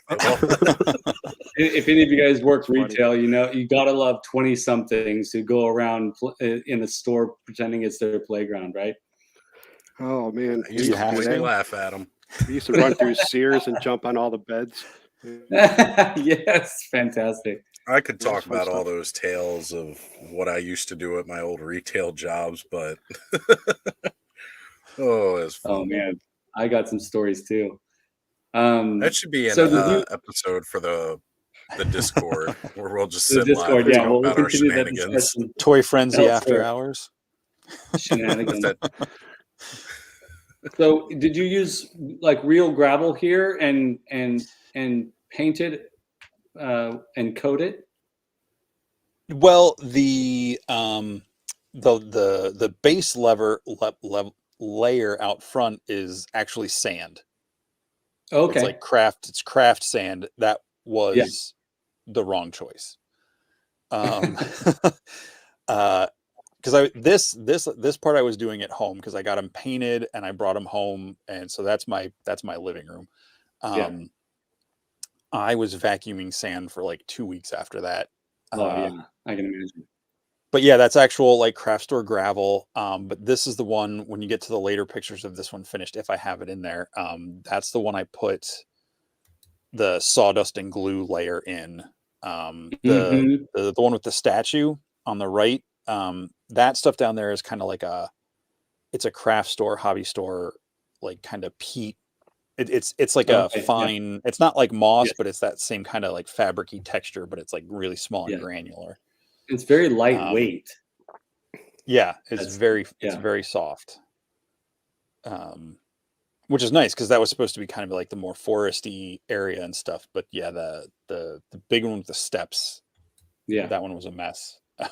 The sand was. I'm like, this just looks like sand on a board. It's not. It doesn't have enough like. Oh, what's the word? Organic feel to it, you know? Yeah, I'm gonna just say it. The dirt in the backyard or down the street or in the empty lot, like that's the stuff that really looks real when you use your dioramas. And you make sure you grab a variety of stuff, because the real ground is there's all kinds of stuff there. There's fine sand, but there's also chunky dirt, and there's rocks and little twigs and stuff. And so I'm not talking down about buying the material from the craft store, but folks, just go out and stick a shovel in the ground and use that. If I had a yard, so the real stuff looks real. Real stuff looks real. That's the theme. Well, yes, that's the point. Especially if real stuff looks more realistic. And if you got a neighbor who's really pissing you off, go make friends with him and dig up his yard. Blame the dog. Yeah. And that's right, Jesse. If you don't have a yard, someone else does. Yeah. I mean, you got the earth right out your door, True. I mean, I live, there's not a lot of earth I live right on Main Street in my little town. So there's not a lot of earth that I could easily walk up to and take without raising some eyebrows. You just start, you know what? I'll show up and do it for you, because they'll be like, who's that guy? Well, you just start talking to yourself and they'll leave you alone. Works all the time. That's so true. I mean, that's right. Just randomly break out into that's what I do. a song. The world would be a better place if people randomly broke out into musical numbers. That's one thing I've learned from watching TV. Fair enough. Better? Maybe. Well, though, I will say this. The brown rocks leading up to the stairs on that are from the like the sidewalk area outside of my work. I just went out, scooped up a handful, and I was like, I'm gluing these on here. They look different. Perfect. I love that Jesse is also. I love that he mentioned that he lives on Main Street in his little town. So I'm picturing like Jesse walking down the street in a little town that looks like Back to the Future, and I love it. I love it. Yeah, it's think more Mayberry than Back to the Future. Okay, cool. It's an old town from like. Oh, they would be running me out so quick. Even better. See that? Now, Jesse, you got on your channel, you got to do a walk through your town. You walk through your neighborhood. And show us what that place looks like, because I love little towns. Okay. Well, breaking out in song and digging up dirt. I will say this: if any of you have watched the blockbuster movie "Girl Interrupted" with Angelina Jolie and Winona Ryder, there's a scene where they go into a like ice cream malt shop. Uh-huh. If you've seen it, that's my building. That is literally the building I live in. The malt shop is the ground floor of the building, and I walk through the side door, and my apartment is right over the ice cream parlor. There was an exterior shot of the building, and you can see what is now. I wasn't living here at the time, but you can see the windows. That's so cool. hopefully, I did listen to one of Duchess's stories the other night about online people giving out too much information. So I really just doxed myself. I know. Good job, Jesse. Well, now we know where to can get only ice cream. see How about that? Fortunately, the ice cream parlor is closed. So, yeah. That's right. We'll never. Uh-oh, Danny Phillips is a fan. Okay. Yeah, He said malt shop. Mayberry. He is Jesse stuck in a 50s town. That's cool. I'd come up and hang out for sure, Jess. You know, Yeah. rocking around. If anyone ever comes through the area, you can couch surf. I totally crowd surf. Did I say crowd surf? Oh my gosh. All Yes, I'm 5 telling you, people in your small town. Piece of furniture that you sleep on. Couch. The punk energy in our show is infectious. So I'm glad that crowd surf slipped out. All right, so now we got images of your customs here, and these are cool. I gotta say, I haven't seen all these, so I was surprised to see some of these here. Talk us through it. So this one is largely the only thing I really customized on this as far as painting was the head. That was, I believe, from Legion Shop. So it's an orc head with a skull on it. And the pauldrons, the shoulder bits, are from a McFarlane Spawn figure. And the rest of it's just straight Mythic Legion orc builder, I think. The waist piece, I think the waist piece is also from the Spawn. The shield's kind of hiding it, but because the Mythic Legions pop apart so easily, it's got like that fur lining that's actual like soft goods on there. I just kind of like that kind of berserker look for him. I think I might go back and put like some war paint on the skull at some point. Wow, it looks good like this. It's gorgeous. Yeah, he's awesome. Thank you. I really like this guy. Yeah. So at Legion's Con, they had a 2-pack called the Furious 4 2-pack where you could make up to 5 characters depending on how you mixed and matched the parts. And they were all named after the guys that are the hosts of the My Wife Is Gonna Kill Me podcast, which if you have not listened to it, definitely do not listen to it around small children or in a public space. It's very not suitable for work. But they're really cool guys, and they got these tribute figures, and the Fury Clan are all red. Their fur, their skin, bones, whatever it is, turns red for whatever reason. They've not explained that yet.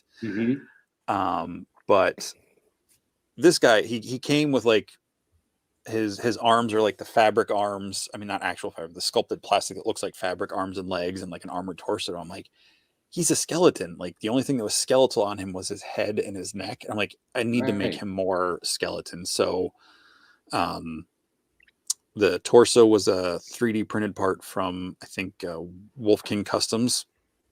The arms and legs are just regular. The rest of it's regular Mythic Legions parts, except for the bone in his hand was from like a dollar store or something, and I painted it red to match him. That's cool. This reminds me of Army of Darkness. Like this just like oozes Army of Darkness. I love that movie. This guy reminds me of that.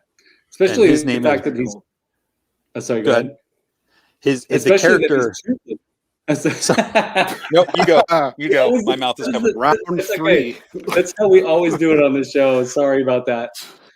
Go ahead. You go first, and I'll go. I'll jump in. I was gonna say the character's name, and I kept him as the character. I just took his armor off. Essentially, his name is Pelvicus. Pelvicus. Yeah, that sounds like Bruce Campbell's saying it right there. Listen here, Pelvicus. Yep. Listen, I can see that. Oh, thank you, Bobby. What's that? I was just saying thank you for that because I was just going there. Oh, okay. This is good. I love it. This guy's toothless, right? He's got teeth. No, he has teeth. He's got teeth. Yeah, I guess the camera just didn't quite capture the detail on him. He does have teeth. I was loving the fact that he was a toothless skull. But that's I kind of see the teeth now that I'm squinting a little bit closer at it. Yeah. I could make it toothless. Nice. Yeah. Skelly wants a toothless skull. I want a toothless skull. This guy's I did want to great. say real quick about the last one though. I Oh, yeah. love that with the red coloration, it just looks all fleshy and sinewy and completely like this grotesque, gory look without actually being overtly gory. Yeah. It's gorgeous. Absolutely gorgeous. It's like he's a little bit cooked, but not quite. That's Pelvicus. He's named after Travis, who's one of the hosts, and he reads, for a while he was reading all the bios, and he mispronounces stuff all the time. So this character stories, he got kicked out of the congregation of Necronominus because he couldn't read the spells properly. It's because he's toothless. Yeah.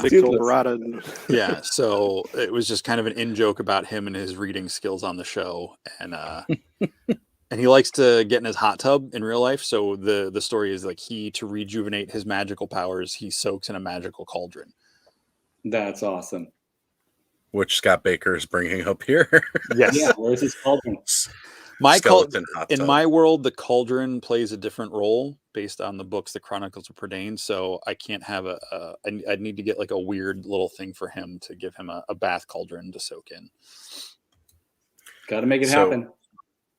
Brick did have a couple of questions here asking what it's like to work with one of the 3D printed Legion torsos. Okay. Does it feel sketchy to pose and handle? It depends on where you get them from. Most of them, they're pretty solid. They don't always fit the pegs exactly. So like those arms will pop out a lot easier than the regular Mythic Legions. I mean, they're pretty close, but because they don't, they're all kind of like guessing the sizes and stuff. I mean, they use measurements and everything, but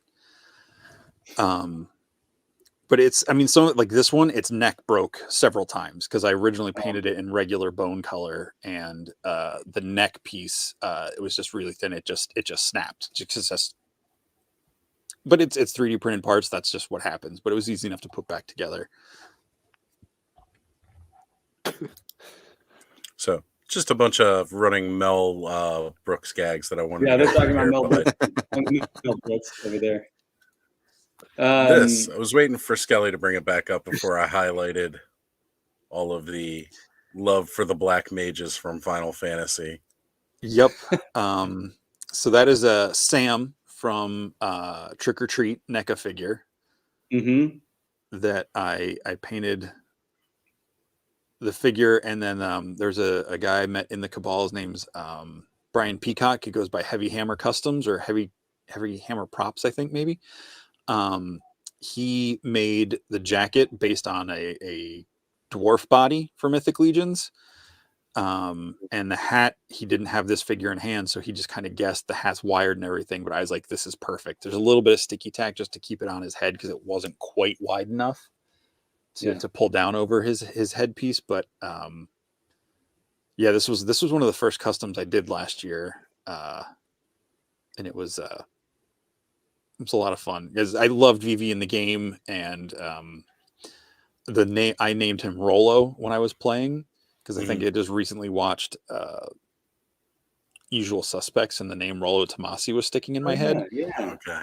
Nice. So I named him Rolo because Rolo Vivi, there's something in my brain connected those two things for some reason, and Rolo has become the name of my first D&D character, who was a halfling rogue, but I needed to make him to go with my legions. I think this one looks a little bit more like Kaiser Sose, though. I was going to say about it that, I'm almost traumatized that you said you used a Sam figure to do it. Yeah. But with how amazing that, because I love Halloween, by the way, and Trick or Treat's a great movie, but I do appreciate what you've done with Sam. So it's a very good repurposing, and I'll just allow it. Thank you. Well, my initial plan was to get an Orko from the Savage He-Man pack, and Oh yeah. take the head Acceptable. off of that. But I'm like, I don't want the ears. And I Mm-hmm. hadn't got into cutting stuff up yet on figures. So nothing's cut or damaged on Sam. He's just repainted. So I could technically strip him back down to his base colors again, but Right. I'm not going to. Or you just No, go he buy looks another good. Sam and give NECA more money, because that's where I'm at. Now this is the one that's more like Kaiser Sose. This one feels a little Steve Buscemi to me. Oh, Just a little. totally. Yeah. So I gave him skeleton arms, and the gloves and feet are from, oh, Curtis, if you're still watching, correct me. It's either Wolf King Customs or Legion Shop. I don't remember. I think it's Wolf King. So you put the gloves and the feet on what would be the elbow or knee pegs, and it makes they call it the gnome scale, which Mythic Legion doesn't have that officially yet, but the customizers figured out how to do that. So that's where the forearm or the shin would plug in, is where the foot and the gloves, to make that smaller, compact little figure. That's really cool. The rat head is great. Tell us a little bit about that. So the rat was, again, I think Jeremy Gerard design through, I'm pretty sure that was through Wolf. No, I don't remember. All the shops are amazing. I get confused who does it, because some of the guys work between the two places. But there we go. Thank you, Curtis. Wolf King Customs, Walter DeMarco. So that's, I think that was called the Dead Mouse or the Plague Mouse. Mm-hmm. And I just wanted to make it look like he had been crawling through the sewers. So the picture didn't quite capture it, but the arms are bone, just to make him look skinny and scrawny. Yeah, yeah. But they're supposed to be fur, but I painted this kind of glittery black. It was supposed to look like oil slick, like he was just full of garbage, and like the pustules on his face and everything. Yeah, yeah. He was a lot of fun to play with. And then I just thought, let's just give him yellow gloves to have like a weird Mickey Mouse reference for some reason. Yeah. I was gonna say, I definitely got like a twisted Kingdom Hearts vibe with them. Yeah, like perfect. Mickey. Perfect. And the tail is from I got like a 6-pack of rats from Amazon for like $4 or $5, like just little rubber, not squeaky mice, but just little crappy Halloween decorations. I just cut the tail off and put it in the boom boom hole. I'm glad you I'm glad you added more description to your explanation, rather than, I got a 6-pack of rats and that's where I got the tail. And the boom boom hole is a technical term on what they call the 2.0. So those smaller body Mythic Legions figures. Holes?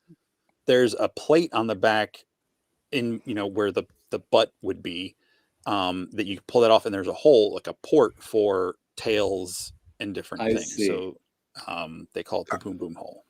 Gotta go boom boom. And here's you. Yes. It's weird to have a figure of myself, but my friend Brian, who did that giant dio at PowerCon, we become friends, and he was scanning everybody's head at PowerCon, or a bunch of people. And he did that, and I was like, I gotta get one of these. And so, I painted my own head and turned myself into an action figure. Like, I don't know, it feels kind of vain, but it's cool, fun at the same time. Yeah, I love to have an action figure of myself. Yeah, I want one too. I think we all would.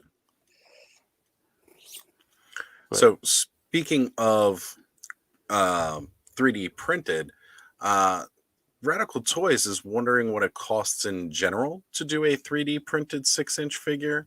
And Jesse, do you have any insight in what that cost may look like? Is that something you've dabbled in or talked to people about? That's a tough question, because I don't do any 3D printing myself. So it depends on, like, the parts I get are, it's usually never enough to make a whole figure. It's always just like swapping some pieces out or whatever on them. But especially for Mythic Legions, they don't, their kind of official rule is you can't print stuff that's articulated. So you can't make like the joint pieces. It's all got to be static pieces. Otherwise, just go make your own toy line. That's my wording, not theirs. I mean, buying from the shops, depending on the head, like the unpainted heads and stuff, could be 15 to $30, depending on how detailed or how big the head is. Is that me? Is my mic? No, I'm Making sorry. me That was my phone sitting on my desk. Okay. And buzz. I leaned closer to my microphone right as I heard that, so I wasn't sure if that was me. Sorry. So, I mean, it would be pretty expensive to buy if you replaced, for Mythic Legion specifically, if you replaced every piece that you could, I mean, you're probably looking at a couple $100 just in pieces, depending on what you get. You maybe get it down. Now, if you buy the files from someone who sells the printable files, like files are usually like $5 to $10 depending on it, but you would then have to put the money into the printer and the resin or the filament or whatever. So it's not necessarily cheap. That's why a lot of custom figures go for at least $100 to $200 at the low end for full custom figures. I don't know if that answered the question. Right. I mean, no, it gives a good general statement because, again, for most of us here who may not own a 3D printer, our in general cost is going to be looking to buy from somebody who would be able to make the parts. So I think that's a good all around because, again, you don't own it yourself. You don't have that expertise to know. I do know, and I have been looking into it a little bit myself. And it really depends on what you're putting into it as far as how much that cost overall would be. And that's just, again, something that I've been looking into because, you're going to want to make a certain amount of profit over the top, but just baseline cost depends on what you're going to be making. So, it's really... it's a difficult question to gauge unless you're like looking at how many points of articulation do you want the figure to have, how many individual pieces of it you're printing off, because those individual pieces really don't cost too much and a lot of times don't take a whole lot of resource, because again, like you said, either resin or filament. And sometimes, you can buy filament, at least I've seen that go on sale. So you pick up in bulk at a little bit cheaper rate. But, again, it really depends on the cost of what you're putting out there. Are you putting something together and are you going to paint it yourself for you? Or is this like you're trying to produce something and then put it out there to people to sell? Right. But fortunately, being in this community, I actually know quite a couple of people who do make private toy lines. So, I mean, that's a great question for maybe another show where we talk to other people within the industry type thing. But again, it's a bit different from talking to some of them that use factories, whereas, these are talking about a 3D printer in your room. Now, I will say if you do a full 3D printed figure, say you design and make it yourself, which is what the Horsemen do for their prototype figures that they show off at G-Con. So like the whole Necronominus wave, all those pictures are largely 3D printed pieces. That's why they're usually pretty static in their poses for the pictures. Right. Because they got to be real careful with how they handle them. Because if they break, I mean, they could print more, but then someone would have to repaint it. And while you might be able to get the filament and stuff on bulk and discount, and since my friend Tyler, I was telling you about Failed Imagineers, he prints the weapons and stuff. But he sometimes, the prints fail halfway through and it might ruin the whole plate of guns that he's printing or, so there's a whole lot of stuff. So it's like it's its own art form in a way. Not trying to sound like snooty about it. Like, hell yes, it's high art, but like there's elements to even just being a printer, even if you're not sculpting it, that you've got to be able to clean it up and time it right and do all these things that it's its own unique skill. It's like a lot of people think 3D animation in movies, it's like, oh, they just put some buttons on the computer. It's like, no, there are hundreds of people that spend, 6 months making a 5-second sequence in a Disney movie of like a couple leaves blowing across the ground. And someone else works on the same scene, animating something in the background. It's complicated. Yeah, there's a lot of work involved with the processes. So this Brick is wanting to know about this one. Yeah. This was a head that came as a bonus in a Wolf King custom order, which a lot of these 3D places, they will send, you know, a couple pieces or something like, hey, this didn't print out up to our standards to sell, so here it is to test paint. Or like, hey, thanks for your order, here's an extra piece, enjoy. So a lot of the people, at least from my experience in the Cabal and the printers that deal with Mythic Legion stuff, are very generous, very cool people. So this came as an extra, and I'm like, man, I don't know what I'm going to do with this thing. I'm not going to make an aquatic guy because this is kind of an aquatic head the way I'd always seen it painted. And I'm like, kind of looks like a mushroom. I was like, and I had a Groot figure that I was going to use as a Mythic Legions custom. I was going to find some head at some point to put on him. It was going to be more of a tree looking thing.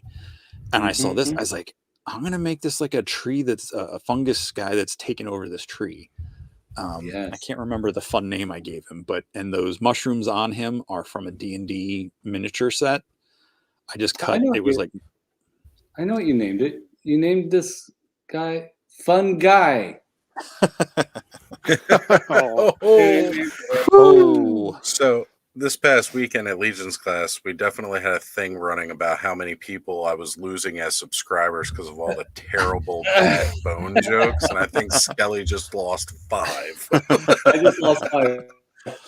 That's okay. That's all right. If they don't like the dad jokes, then the dad jokes will keep coming. So that's right. That's right.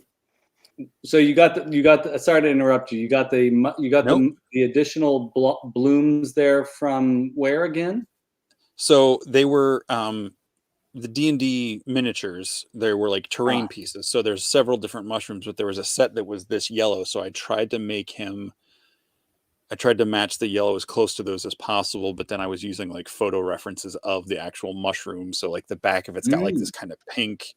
Again, the picture, I'm not the best photographer, obviously. But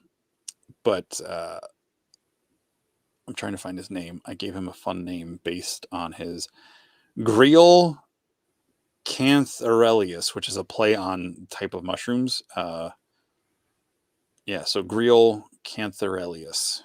I love this guy. I love the orange and the yellow and the brown. I mean, those are 3 of my favorite colors. And the orange is some more of that like craft store like autumn flocking type stuff. Very cool. And this guy, you know what? I misplaced him. I've got some other pictures because you sent me like 3 of these. Let me just skip ahead really quick. Yeah, sure. We have this is the guy, right? Yep. So this was before I went to Legion's Con in 2021. I hadn't even joined the Cabal yet. I had less than a dozen figures, but I was learning about the customizing and the 3D printed parts through my friend Sean and my coworker at the comic shop, Douglas Tupper. And I saw this lion head from Planetary Dogs, and I'm like, that's really cool. I want to make like a black lion as a tribute to the Beastmaster movie that I loved as a kid. Even though I know I had a tiger, I wanted to make a lion, like a black lion. And and so I went to Legion's Con, and the picture on the left here with the snowy background, those were the parts I initially planned to use. So there was that torso, those feet, and just the parts I have there. And then a couple months later, I still hadn't done anything with it. I found some files that I was able to buy from, I think it was Action Figure Showroom or something like Action Fig is a site that sells the printable files. And I got my friend Tyler to print the shoulder pauldrons and the wrist guards and the cat-like legs and feet. Yeah. So you just took the ankle joint out of the Mythic Legion and plugged it into the shin and the foot to give that panther or the lion-like look. So yeah, that's where looks a little bit different now, but this was the first custom I wanted to do when I first decided I was going to do customs. That's awesome. And his name is I'm going to say it wrong. I got to find it on my list here.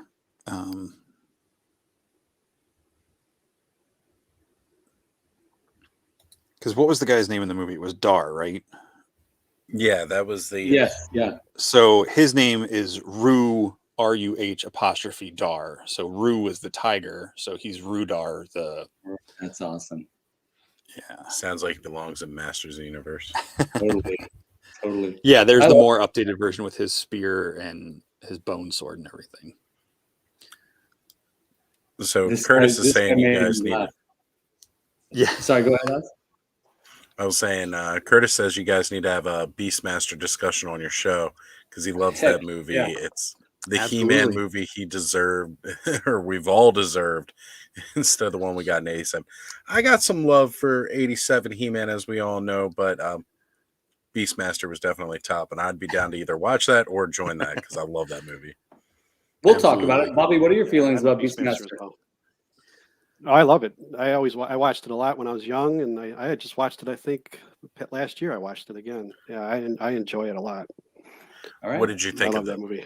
second and third ones, though? Oh, I don't No. watch sequels that much. I don't remember seeing the third one, but the second one was why did they bring him into the real world? No, I ain't gonna lie. It was not good. They were just trying to save money. I didn't know there was a third one until I think Toy Galaxy went over like a history of Beastmaster. Yeah. Sure. Yeah, You I don't really know need to see the how. first one. I don't know how I saw Beastmaster because it was before my parents divorced, not trying to get tragic, but so I was under 5. I was 5 or under, and I watched it on TV in the basement. And we didn't have cable, so I have no idea how I saw this movie. We definitely didn't have a VCR. I don't know if it was like a Saturday afternoon movie and it just happened to be on or something. But I remember running around my house as like a 5-year-old kid in like my underwear, like trying to look like his loincloth for like 3 weeks after that. And if it wasn't that, I was putting them on my head so I could have ears like the tiger, because that's the way my 5-year-old brain worked. It's a great movie. We definitely got to do an episode where we talk about that, guys. Yeah. Beastmaster's awesome. And so I said this guy, I like this guy, but it's a lady, right? Yes.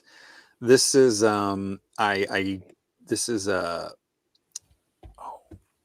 she is my tribute to Rogue, who is one of my all-time favorite characters I see that. from X-Men. So this is based on the 80s Outback costume. Some of the black got washed out. But her name is Ambrosia Broomsedge, and Broomsedge is a type of grass that sugar comes from. So since she always says sugar, that was kind of the fun with her. So she is a rogue, like assassin. And yeah, she was just a lot of fun to do. Fuzz monks are my absolute favorite species in Mythos, and I've made a whole bunch of these. That's what they use for the stink. That's what they use for the stinkor, right? The stinkor. Yes. Yeah. Yes. So Thistlethorn and Stinkor are the only two at this head. All the ones that I've customized have been the Stinkor Mephitor figure head. Yeah. Thistlethorn's too expensive to customize. Oh, I see. Or was by the time I started buying figures. Oh, this definitely reminds me of Battle Cat, guys. I just have to say. That was not my intent. Green's my favorite color. And good choice. I wanted to make this guy, because all the Fuzz monks are like goblin scale. So they've got, the thinner, smaller body. I'm like, I'm going to try putting him on a dwarf body. And then I had one of these arms from the Rintra figure, the green Minotaur from Doctor Strange, the Build-A-Figure. Yeah. And I was like, these will fit. I had to like trim the peg down a little bit to get it into the Mythic Legion torso. But and then I went out and bought whatever the other figure was that came with the other arm so I could have both of them. And I was like, I really like this kind of hulking, lumbering thing. And his name is Brom Figwort. I really I cut part of his ear off. I scarred his ear and his eye, as one of his eyes is white. And those feet that are on him now were actually the feet I had on the lion initially before I painted anything. And the helmet's from a Mythic or Lord of the Rings orc, and the shield is a Masterverse shield. This guy turned out great. Yeah, I loved being able to use the brown on him in the way that I think, at least in person, it looks more like leather over like a metal base instead of a shiny metal armor. Yes, for sure. And if they hadn't done Cow Roast, the Battle Cat tribute figure, I probably would have maybe eventually turned him into Battle Cat. But since I have Cow Roast, he's good enough for Battle Cat. Yeah, that makes sense. I love this phase too. Yeah, it's awesome. Yeah. So this was one I painted and sold at Legion's Con. I believe it's called the Blutus. I think it's a troll head, so it's for the biggest figures in the Mythic Legions. Painted it gray in this tan color. I keep using my mouse like anybody can see what I'm pointing at. I do that on my show too. I've I'm like, been well, if there. you look here, I'm like, why am I pointing? To match the stone troll. And it was sculpted and designed by my friend Mark Rivera, Mark Star Media, and I believe he sells these. Have been available through Legion Shop, but I got this directly from Mark because the bottom of it was messed up, but it still looked great. Yeah. Yeah, we're Homer getting vibes, Homer, we're getting Ron Perlman, the Goblin King. Yeah. In my mind, he's related to the Stonebiter from Neverending Story. That's what I pictured right away. I was thinking that Like too, a 'cause bad the gray like a bad version of him. Yeah. Yeah. with that Oh, nose too, especially. Mhm. Yes. These look So like true. big, strong hands, don't they? Of course, he looks like he eats mushy food compared to the actual hard stone, because it looks Yes. like he's just got clay all around his face. I wanted to paint him up like Thanos, like with purple, like down into the chin, but because I was gonna sell it, I wanted to make sure it matched something. Yeah. That helmet was a slightly modified helmet from the crossbow orc in the from the Toy Biz Lord of the Rings figures. I just cut out the middle piece of the visor. Yeah. Okay. Yeah. The side flaps fit perfectly over his ears, so Oh, nice. yeah. That's really cool. And it's kind of got like that archy peak at the top for the tuft of hair. Mm-hmm. Nice Absolutely. choice. This is great too. Yeah, that's awesome. So this is thank you. This is another sculpt from Mark Rivera. I don't think he sold this through Legion Shop yet. I think this was just his own thing. But he sent it to me, and yeah, I just absolutely really liked it. It was originally going to be a goblin head, and then someone convinced him to blow it up to troll size. So that's again for those bigger bigger scale figures. So I'm just picturing it now on the forest troll body. Yep. Oh, That's man. exactly what I tried to paint it to match. Nice. And I don't want to toot my own horn. I'm not an exact match, but I feel like I get these colors pretty close. You can see on the next picture with the look at that. Yeah. It's not 100%, if you want to get real picky, but I was pleased with the. It's pretty darn close. He's say great. it's really. Go on, so Skelly, cool. please. I know. We just, that's just the way our show rolls. We all want to talk at exactly the same time every single time.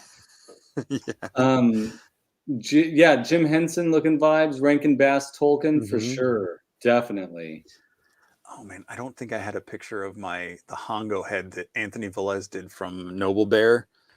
Oh, this one's fun. This one I love it. So that's the same base figure with the modified troll head it's based off the gray Slade from D&D, and Len LaGuardia from Wolf King sent this to me and asked me to paint this up, and it was debuting at Legion's Con. I think he now has it in his own collection. But I was really pleased with the way this one turned out. I think this one was great. I don't know if he's put these up for sale or not yet, the unpainted ones, but yeah, I love it. Somewhere between like a rancor and a whale on this thing. Totally. I was just thinking that. And here's Hordak. I mean, so this is so Sir Gerard was named after Jeremy Gerard, was the first Legion's Con exclusive from 2021, and he's described as a changeling. And I saw something monster. I can't remember the creator's name. Anyways, monster machine. No. Anyway, he posted these up in the Cabal, painted one way. I think it was black or red with like the black on it for a Fury Clan or something.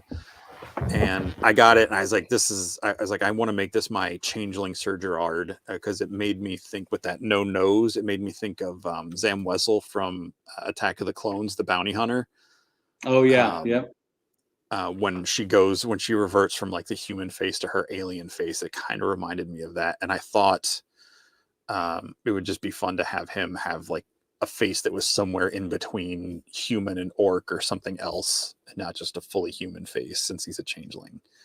Yeah. So that's him in my mind, that's him in his unhelmeted natural form. Those eyes, they look alive. That's a luck of the photography with that shot.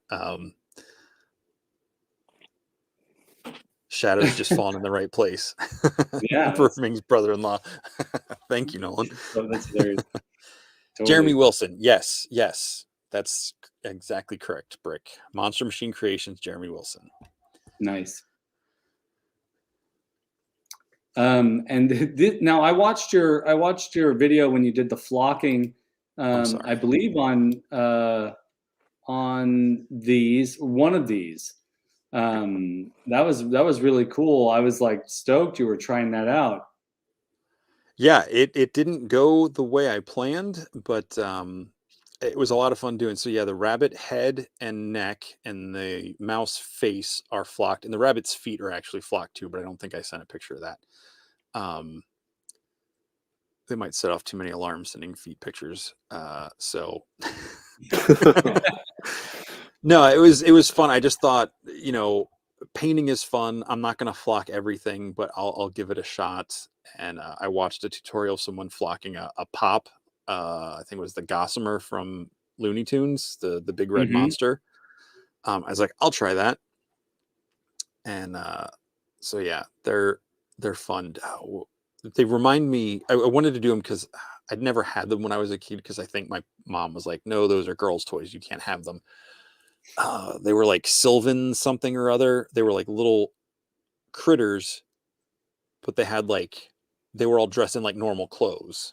And so it would be like a family. So it'd be like a mom and a dad and like two kids. And, I can't remember what they were called. And they were all flocked. Yeah.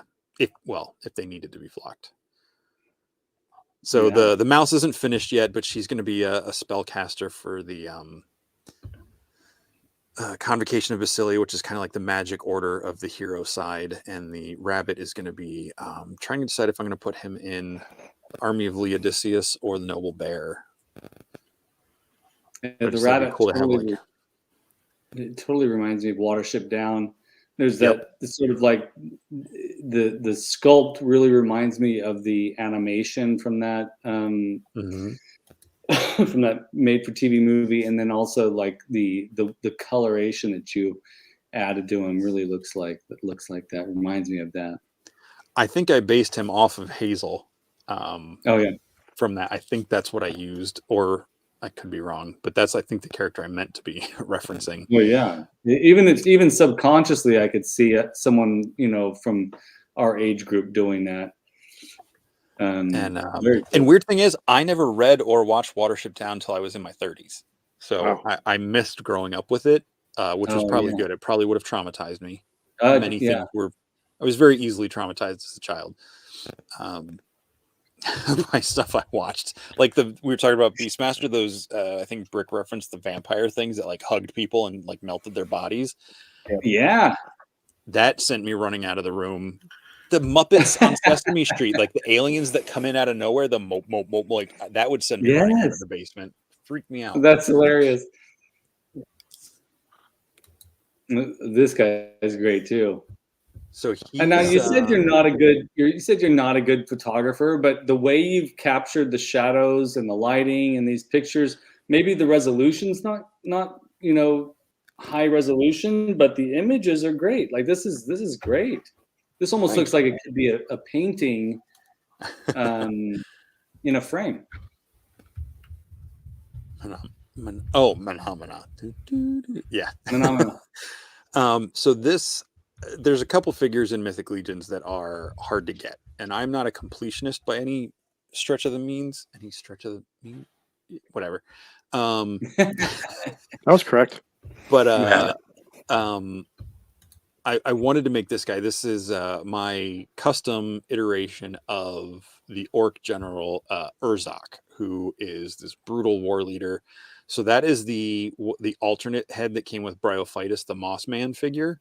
Yeah. I deflocked it and repainted it to be more close to the actual Orc green, and painted the war paint on him and everything. So the head's a complete repaint. I dirtied up the armor to be kind of more in his color scheme. That's cool.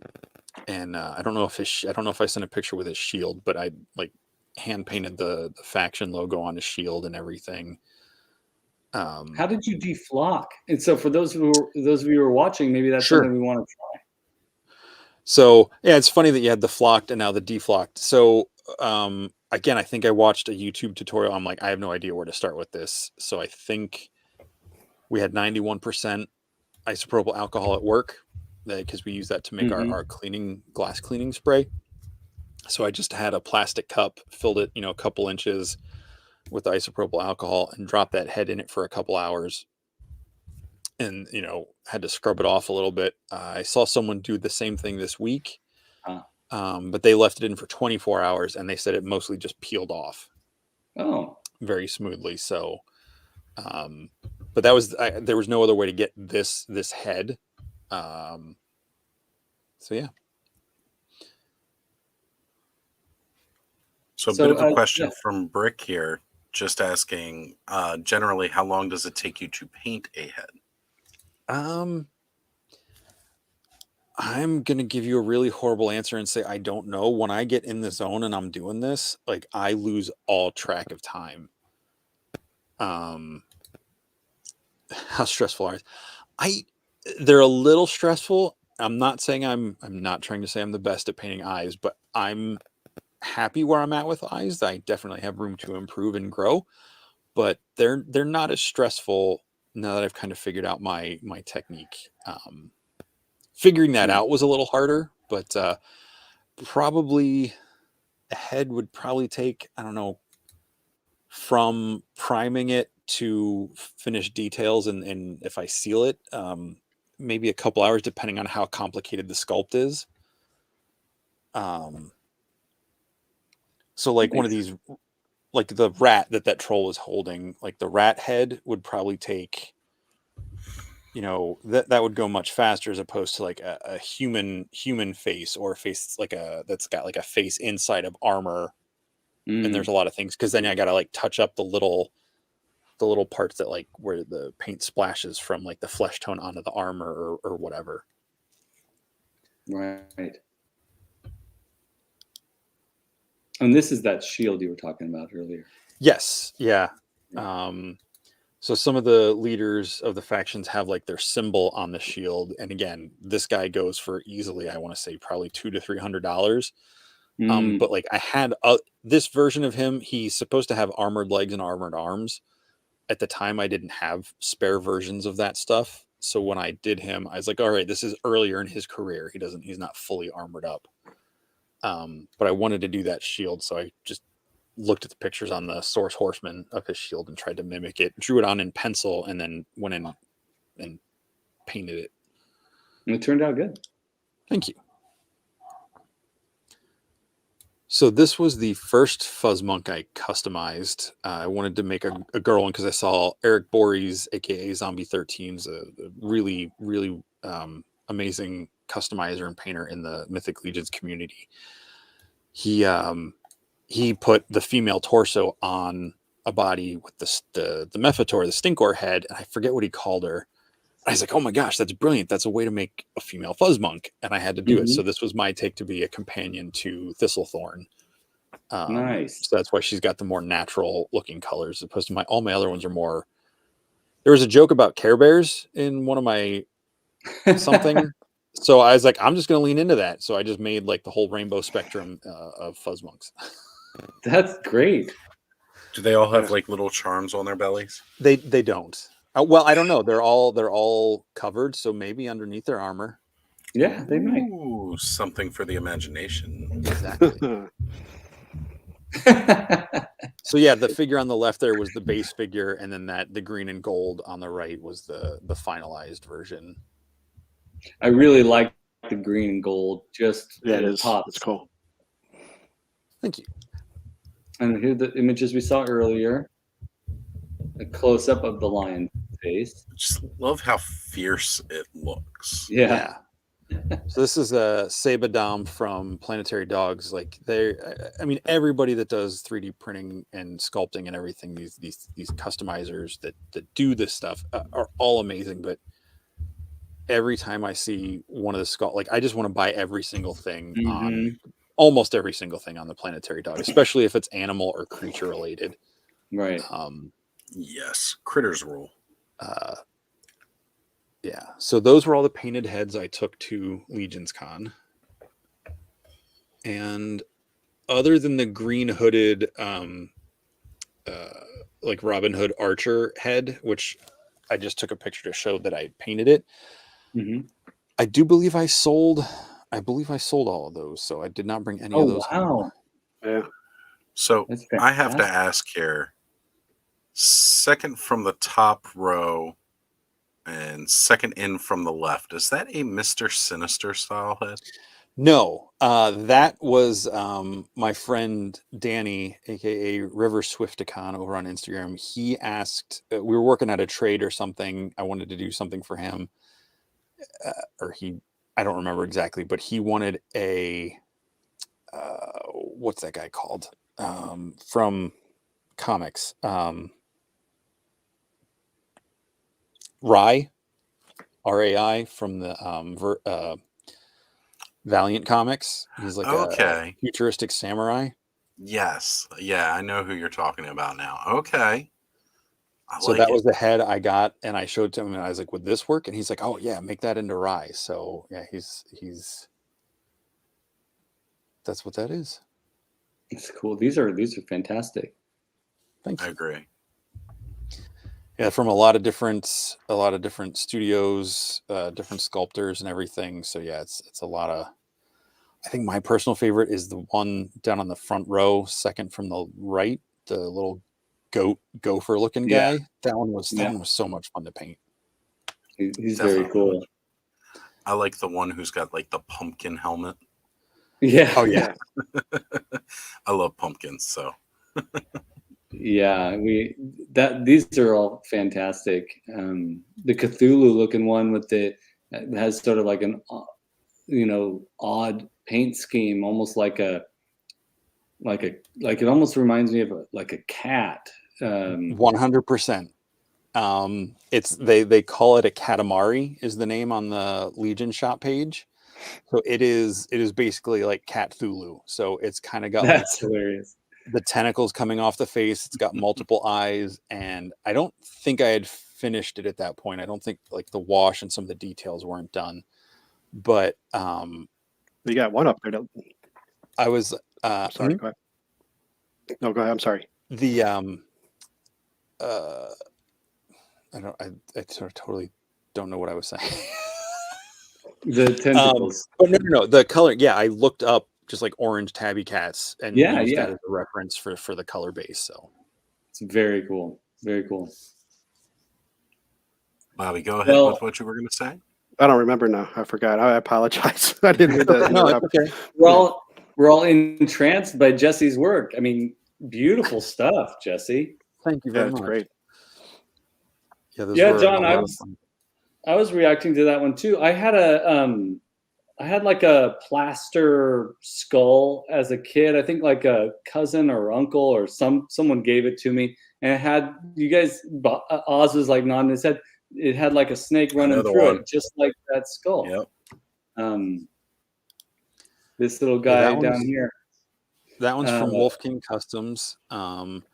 And I was like, ooh, I don't want to just do like a green and a black snake. I'm going to really, that one was probably the longest paint job on a single piece, because that red and snake, I put like the black and yellow on it to look like a poisonous snake. And I think I got the black and yellow in the wrong order. So it's not the poison, but there was a guy that came up at the show, and I think he was the first one to buy one. He's like, oh, I love snakes. And I was like, well, I messed up. And he's like, no. He's like, no, I know what you're going for this. I love snakes. He's like, I'm buying this one like as soon as the show opens. So that was really cool. Yeah, very cool. We got Joe Amato here. Good to see you, Joe.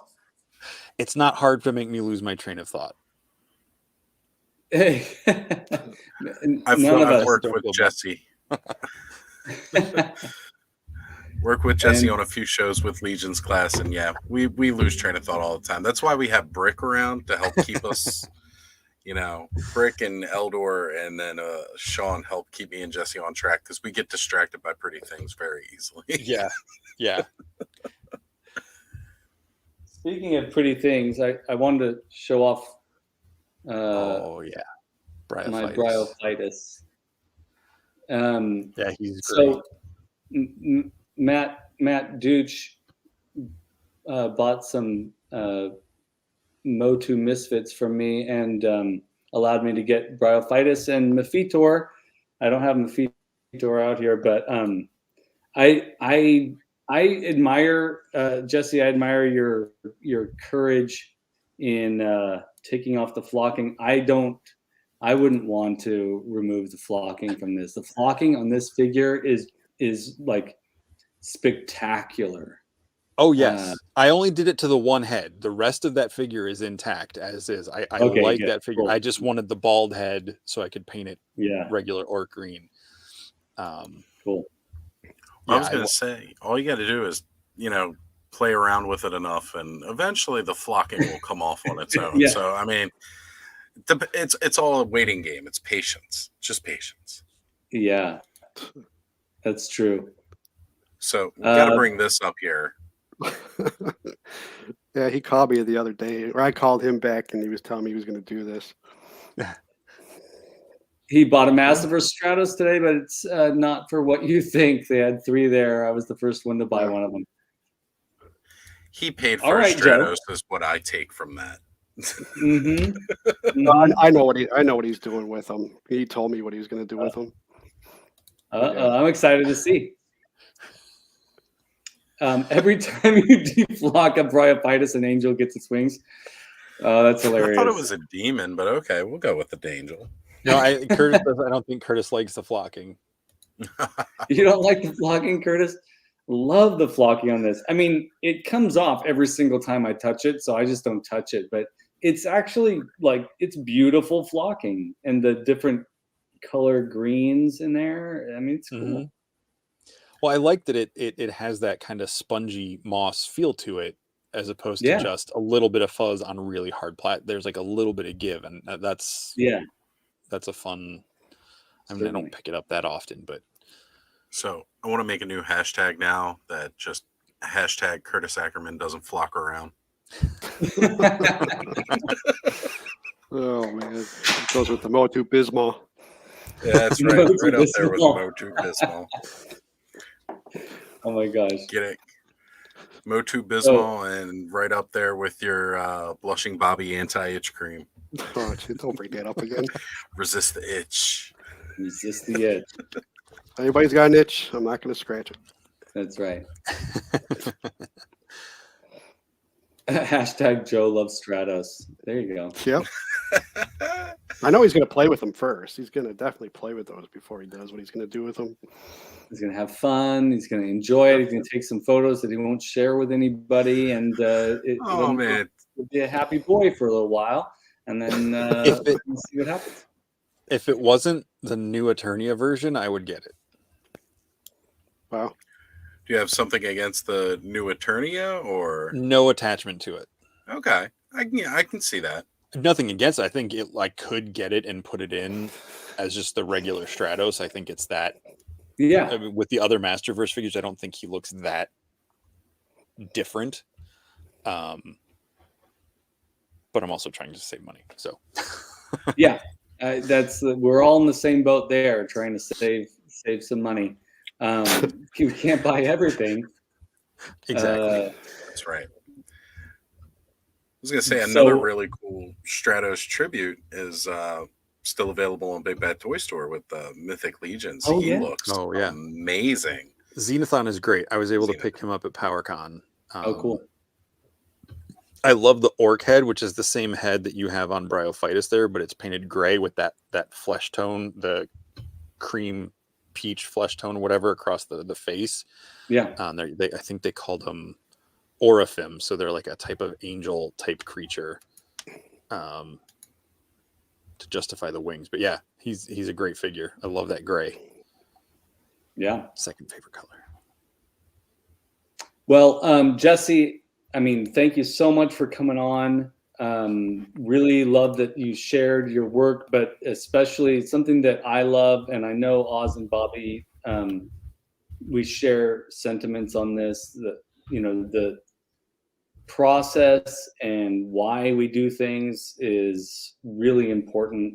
And I hope that some folks watching learned a little bit about your artistry and will be inspired to do stuff on their own after seeing those pictures. It makes me want to just build another thing.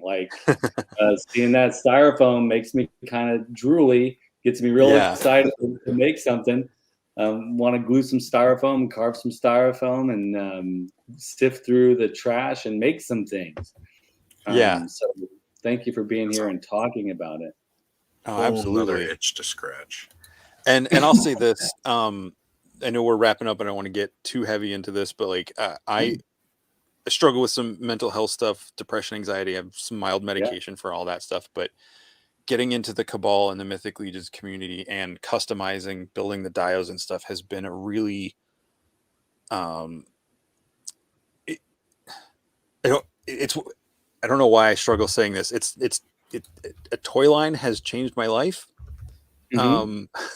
I don't know if that's, it sounds cornier than I think I mean it, but and I know Curtis has said this, similar sentiments, and a lot of other people have, but just between the community aspect, even meeting you guys, getting to do this, I'm just as happy to be here and honored to be here talking about this. And, just getting into this hobby it's taken it from just a collecting into a hobby and a pastime where it's something I can enjoy instead of just well, there's Luke Skywalker, there's Darth Vader, they're on the shelf, I'm not going to touch them till I move. Whereas with this stuff, I get a lot more interactive with it. So yeah, I love being able to share that and talk about it with folks. So you're in good company. As just absolutely. Speaking for myself, I have struggles with issues as well, and if I'm not making something, I really have a hard time being okay and being on the level. And so what's great about certain toy lines is that it inspires us to want to make things. And if something inspires us to want to make something, that making of something might help us get through something we need to get through or work out something we need to work out. Goodness knows, music, visual arts, customizing toys, making dioramas, drawing, whatever it is that we do, there's a reason why we do it. And I admire I've heard you mention this before in previous shows, and I admire anyone that can say, yeah, I struggle with something, and this other thing really helps me. And I feel like we really try our best to honor that, because I know a lot of us do feel the same way. So and sometimes just hearing someone else say it, I'm sorry, thank you. And just hearing other people say it has helped me embrace it. And I'm like, if I can say it, if that helps anybody, so yeah, the bitter anger. But no, thank you for opening your door and just the community you guys are building over here with the Friends of Skele Vader. Oh wait, you changed the name. What Well, was it? Giraffe is actually the one who coined that. Who just said he's an angry, bitter giraffe. Yeah. Giraffe actually helped me come up with Skelevaderites. Skele Vader. That's right. And so I think that's sticking. But yeah, I'm glad you could be here and talk to the frenzy and talk to the Skelevaderites and share your passions with us. It's been a lot of fun. Thanks for having me. Yeah. Before we do our closing, stuff, where can people find you, Jesse, if they haven't, if they're not already familiar with you and they're watching right now? Okay, you can find me at just.shelve.it on Instagram or Just Shelve It on YouTube. You might be able to find it under Jesse Arnold on YouTube. I'm not sure how that search works, but just look for the pink bunny in the circle, the three-eyed pink bunny in the circle. That's my buddy Meep. I've got him. Love it. Right here. Oh, cool! That's awesome. That's great. We need a mascot with an action figure of our mascot. King T, you made it. Oh yeah, that's right. Where is he? Yeah, right. You stop bringing him out and showing him. I gotta King keep him on the desk. You gotta keep him on the desk. And for those of you who are watching, if you go down below into the information down underneath this video, you'll see links to Jesse's link tree, which will take you to all of his stuff, but also a link to his YouTube video, his YouTube channel. I forget about that link tree.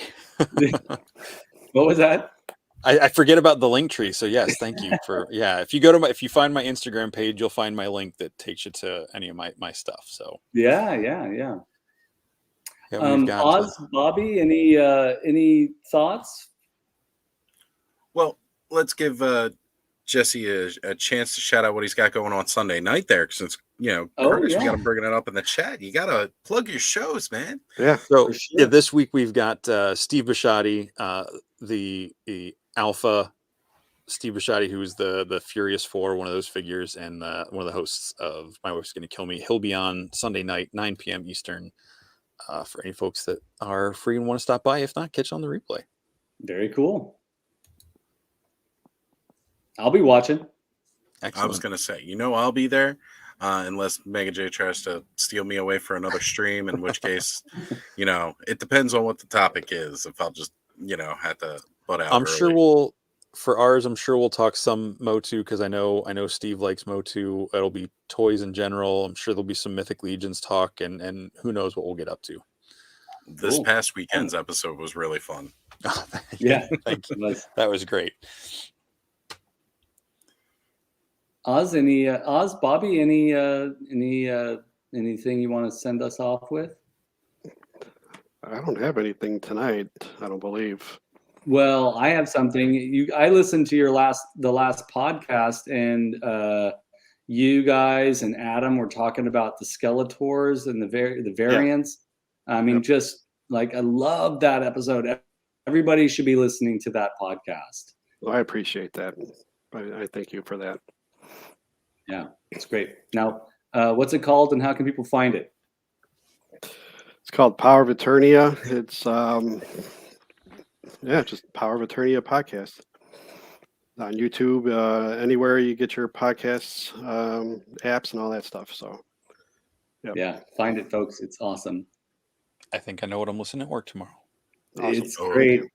We're 2 episodes in with that, and I mean, I think that you guys doing it 3. Oh, 3 episodes in. That's right. Yeah, I think you guys doing it every month just makes me hunger for the next episode even more. If you do more, no one will be unhappy. Just say it. No, I get that. Yeah, it's just scheduling with everybody. Of course. Yeah. That's his next show coming up, the Blush and Bobby broadcast. Yeah. So, Oz, how about you? All right. Well, most people definitely know where to find me. Every Saturday night I host my own show on, Ostradamus Toys. So definitely come check that out. I'll be having another show this weekend, and I'll actually be getting joined by a special guest. I was trying to line something more up, but unfortunately that kind of fell through this time around, but that's totally cool. Changes the topic only slightly for what we're going to be doing this weekend, and I'll have posts about that tomorrow where you can check it out. But we are going to be bringing something new to the show this weekend as a guest appearance, and that's going to be awesome. So come check us out on Saturday night, 9 p.m. Eastern, 6 p.m. Pacific, as well as, of course, the newest episode of the Power of Attorney podcast just came out this week. So again, Jesse, I know you said you're going to go check that out and listen to it tomorrow. Awesome. Definitely do so. And again, you will catch me here next week on Thursday night for another episode of Toy Frenzy, where we'll have another great, awesome show coming up then. And Skelly, I'll let you take it from there. Yeah, we're going to have a couple of the guys from the Cracktastic Plastic podcast next week as guests. So we're really excited to have them on. We love to talk punk rock and toys, and those guys love to talk punk rock and toys. So that'll be a lot of fun. And everybody in the chat, thank you so much for being here. Thank you so much to those of you who have opted in on becoming Patreons for all of our channels and all of our endeavors and supporting us. Just know that you are appreciated, and what we're all about here is supporting and promoting the positive energy of making stuff and collecting toys. And so I know that you all that chime into the chat understand that. Be sure to click like and subscribe, do all the YouTube things. And we have a new, do you have the new end credits set up, Oz? Ready to click it whenever you are, brother. So instead of our long, awkward goodbye, we're just going to send you off with this beautiful end credits that Oz made. Thank you all so much, and have a great rest of your week, and we'll see you in YouTube land. Yeah, have fun, everyone. Cheers. Take care, everybody. Good night.